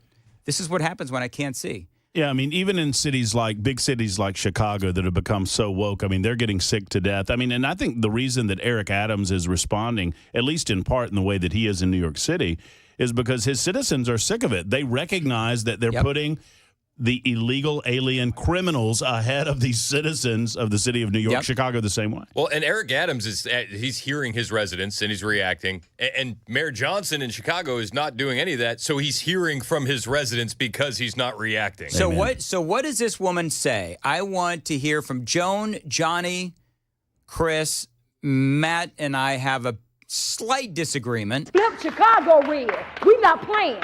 So I'm hearing her, and I'm hearing we got plans. Flip Chicago red. We not playing. We're not playing. We not playing. Yeah, I sort of gave it some grammatical reference. Sorry. We're going to make Chicago red. We not playing. Flip Chicago red. We not playing. And I think she's saying real. I don't think she's saying red. Flip Chicago red. We not playing. That's red. I think she's saying. Flip Chicago just red. listen to the L at the end of real. Yeah. Flip Chicago red. Listen to the L at the end of Flip real. Chicago red. We not playing. Yeah, Let's she's saying real. No, man, she's She saying said flip red. Chicago Why? red. Do you honestly believe that woman is a Republican, is going to vote Republican? She was going full MAGA. No.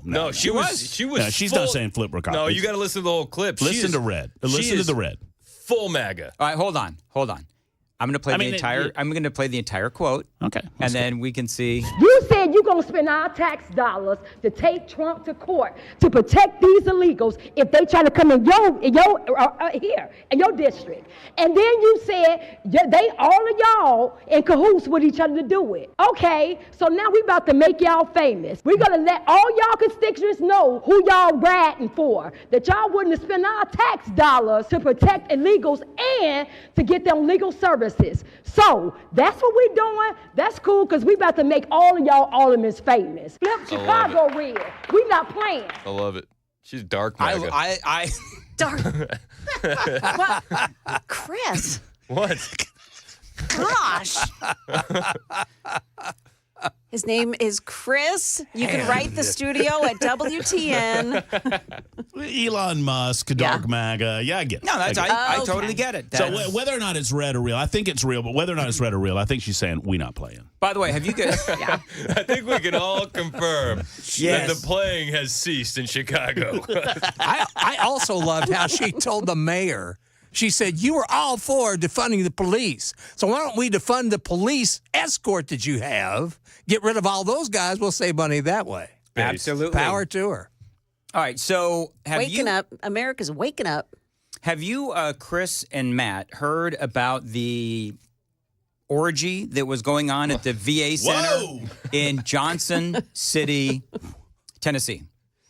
Well, I think we need to ask Murphy about the lack of a vetting process before we gave him the afternoon gig. I had no idea that you guys got this body on Gang of Four Amigos. Oh, yeah. Joan was here to elevate the conversation. My goodness. Well, Mommy, what's an orgy? I'm all in for this conversation. This is incredible. Several top Veterans Affairs officials in Tennessee resigned as an internal investigation and a broader congressional probe into alleged sexual misconduct intensified. Well, it is Johnson City, after all. You know what they say about Johnson City, Dan? What? I don't know. I don't know anything about Johnson It's appropriately named.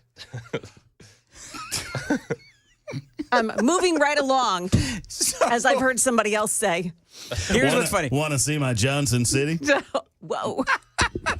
Boy, speaking of body. It's a metro, let me tell you. Welcome to Johnson City. There's more than one. So the funny thing is, Johnny made that joke at the 5:35, and I didn't get it. Yeah, Joan lost I didn't get it either. Yeah, I'm like, Johnny, what did you say? And they're both telling me to move on because he didn't want to explain it on the air. And I'm what did Johnson City? I don't understand the joke. And Joan and Johnny are begging me to move on. And of course, you know what I do. I just Linger. Yeah. I lingered. So what I miss? What does it mean? I know, and everybody, of course, on the super text line is ridiculing me for not understanding the joke.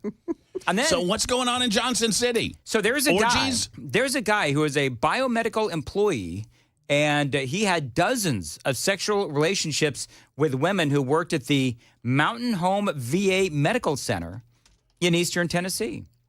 And matter of fact, this dude slept with no fewer than 32 women who worked at the facility. So one guy has slept with 32 women. But is that an orgy? Or is that No. Is that just a little bit of a big pun? I'm not a player, I just crush a lot. Is that what we're dealing with here? What did you just say? Big pun? You don't know big pun? Whatever. I mean, this reminds me. Does anybody remember the old Dan Aykroyd? Dan Garvin, male prostitute. You remember that guy? Yeah. Back on Saturday Night Live? Yes. That's what it's reminding me of. Yeah. You know? So my early 2000s reference, way over everybody's head. Let's go back to the 70s. Is that what we're doing? Okay. Hey, I just want to clearing it up. You got to know the crowd, Chris. Okay, fair enough. Now, they did have, they say, an orgy as the investigation continued. They uncovered that an orgy of at least 12 officials So these aren't like the nurses and the candy stripers. These are like people that are higher up. This is an official orgy. This is an official orgy. A management orgy? That's what it was. An official management orgy. Mountain Home VA, where it's hands-on treatment. Checking your credentials at the door. They say it is unclear at this time whether the orgy happened on government property at the VA facility or off-site, but the mere fact that a dozen of the government workers employed there did this, they say, is astounding. If it's off-site, what's the crime? What's the crime? What's the crime? What are we doing here? If it's off-site, just some grown people having some grown people time. I want to know, I am dying to know what this one guy... You know, your morals are going south with it. The longer your hair gets, the more wretched you become. You probably smoke dope, too, don't you? The David Allen Coe of talk radio. And David Allen Coe wrote a song about this Johnson City story. Yeah, he sure did. He sure did. Cowboys stay in the saddle just a little bit longer. Little divers do it deeper. Well, this guy that apparently slept with 32 different women, he puts the Johnson in Johnson City. Yeah, he sure does. Putting that Johnson lots of places. Yeah. Wasn't that funny? It's my understanding that Johnson City pardoned a bunch of turkeys. Oh, don't go there, please. No, don't. I'm retiring that joke. Got to wedge it in there somehow. I knew you had to. I knew. Murphy came on with one agenda, and that was to make a reference to my bad joke. Murphy, why are you sticking around? No reason. I told Dan yesterday. We talked offline. I told Dan yesterday, I said, I love the way you work a joke. You remind me of David Letterman working a joke. David Letterman back in the day. David Letterman used to be a talk show host late at night, Chris, by the way. So David Letterman back in the day would tell a joke and it wouldn't land like he wanted it to land. And he would revisit that joke. He could revisit a joke and revisit it. And then it just became funny the amount of times that he was revisiting the joke. Yeah. Canned hams comes to mind. Yes. Canned hams? Yes. Oh, he was a big fan of canned hams. He gave out canned hams. Yeah, he used to call them big-ass hams. Mm-hmm. Did he really? Yeah. Canned ham. Why would anybody give out canned ham? Ratings, baby. Yeah. Ratings. Okay. It's kind of funny. What did he call them? What did he call the canned hams? Big-ass hams. It's funny. That's one of the requirements for the orgies at the VA. Circle it back. Nice one. That's a good Very one. good, Chris. I mean, I thought my Johnson City joke was better, putting the Johnson in Johnson City. I thought my joke was better, but Weren't whatever. you just kind of retelling Johnny's joke, though? No, not really. It was like Johnny joke adjacent. You were like Johnny's wingman. Sure. Like every morning. Have you guys ever been to Johnson City? Johnny's broken wingman. Oh. It's joke appropriation. You're joke appropriating. That's exactly what I'm doing. Yeah. Can I ask this question? And Johnny, you can probably answer this question. How many people are required for an official orgy? Like, is it 12? I would know. Johnny, why would you know that? Congratulations. Yeah, every time he asks about drugs, booze, or orgies, let's ask Johnny. Well, I bet Johnny knows this one. With an expert. Little known fact, Joan is really the aficionado. No, I'm just kidding. Well, I'm just curious because, orgies, I picture more than 12. That may be like orgy adjacent. Well, let me just say, Dan, tell us about your orgy experience, Dan. I have none. Dan, I think the only way you can classify an orgy is if you have to watch where you step. Okay. And how many thank you notes you have to make out.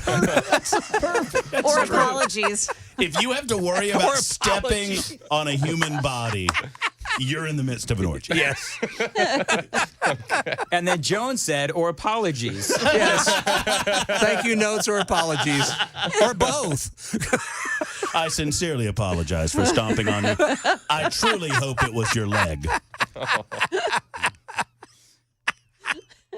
All right, so anyway, this went well. Yeah, sure did. There are also accusations of sexual harassment, sexual assault, and improper interpersonal relationships. Is that there or here? After we all did of this the above. So is someone getting, I mean, back to the serious nature of this, is someone getting charged? No, not. I mean, they're doing an investigation.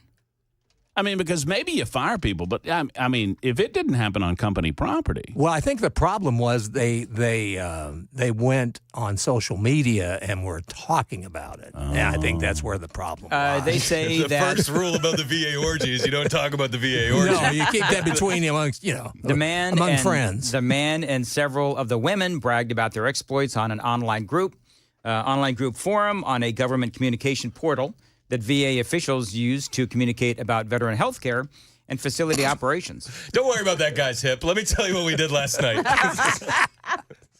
I'm just imagining that thread. Hey, I was a part of an orgy. Well, how many people were there? Because I'm not so sure. Let's ask Johnny. How many people make an actual orgy? Let's go to the phones. I don't know if they. I'm looking for any kind of charges. I don't know. I'm fascinated by two things. Number one, this guy that slept with 32 women. I want to know what he looks like. Like how does this guy? The better question is, what do the women look like? Everything's relative. Everything's relative. You know what? If you lower your standards like to none. I guess, whatever. But one man's 4 could be another man's 10. I also or the opposite of that. No matter how good she looks, somebody's tired of taking her lip. I also don't It depends on how drunk they are. I also don't understand, like, all of these ways, moving along. So you want to know? I went to bed at 2 with a 10, woke up at 10 with a 2. I've never gone to bed with an ugly woman, but I sure woke up with a few. Yeah. You've read my mail. So you want to know what the guy looks like? Yeah. And the other thing that you're dying to know. How is it all these women, like, hey, did you sleep with him? Yeah, I slept with him. Did you sleep with him? They're all talking about this. Like, you would think that they would be, like, competitive or whatever. It's almost like they were sleeping with this dude for sport. Okay, so do you know what an orgy is? No, these were... Yes, I do. Right. I know. Johnny explained it to me. Isn't that the definition of what? No. She said Johnny explained it Well, to me. it's like they're sleeping with this guy for sport. No. He slept with not all in one orgy. This was 32 different times with 32 different women. I mean, that's what I'm saying. It's like...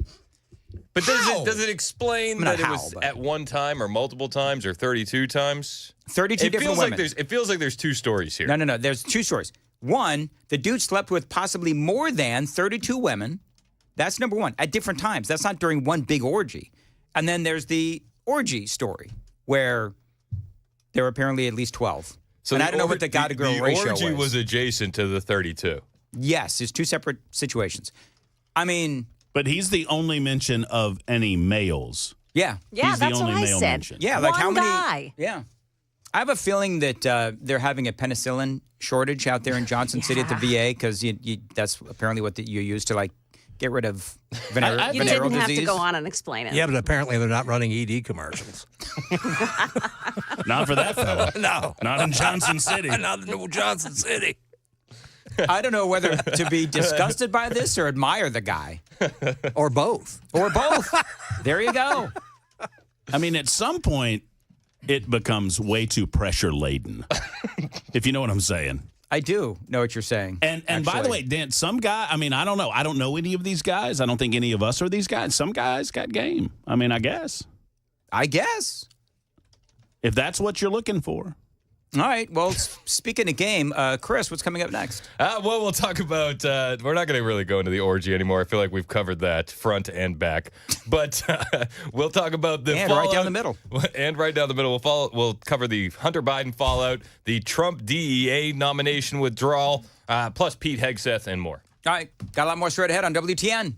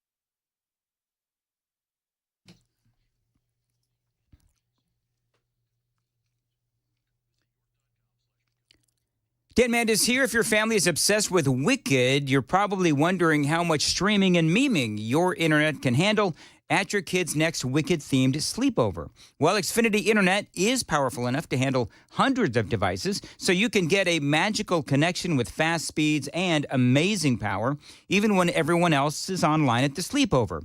With Wi-Fi that is truly amazing, one might even say that Xfinity engineers are secretly wizards themselves. Now through December 22nd, incredibly fast 150 megabit Xfinity Internet for just $35 a month for 12 months with no annual contract and free Wi-Fi equipment included.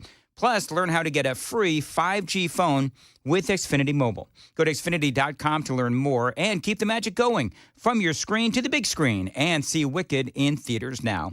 Restrictions apply. Requires paperless billing and auto pay with stored bank account. Taxes and fees extra after promo. Regular rates apply. Currently $54 a month for internet service and $15 for Wi-Fi equipment. Actual speeds vary and are not guaranteed.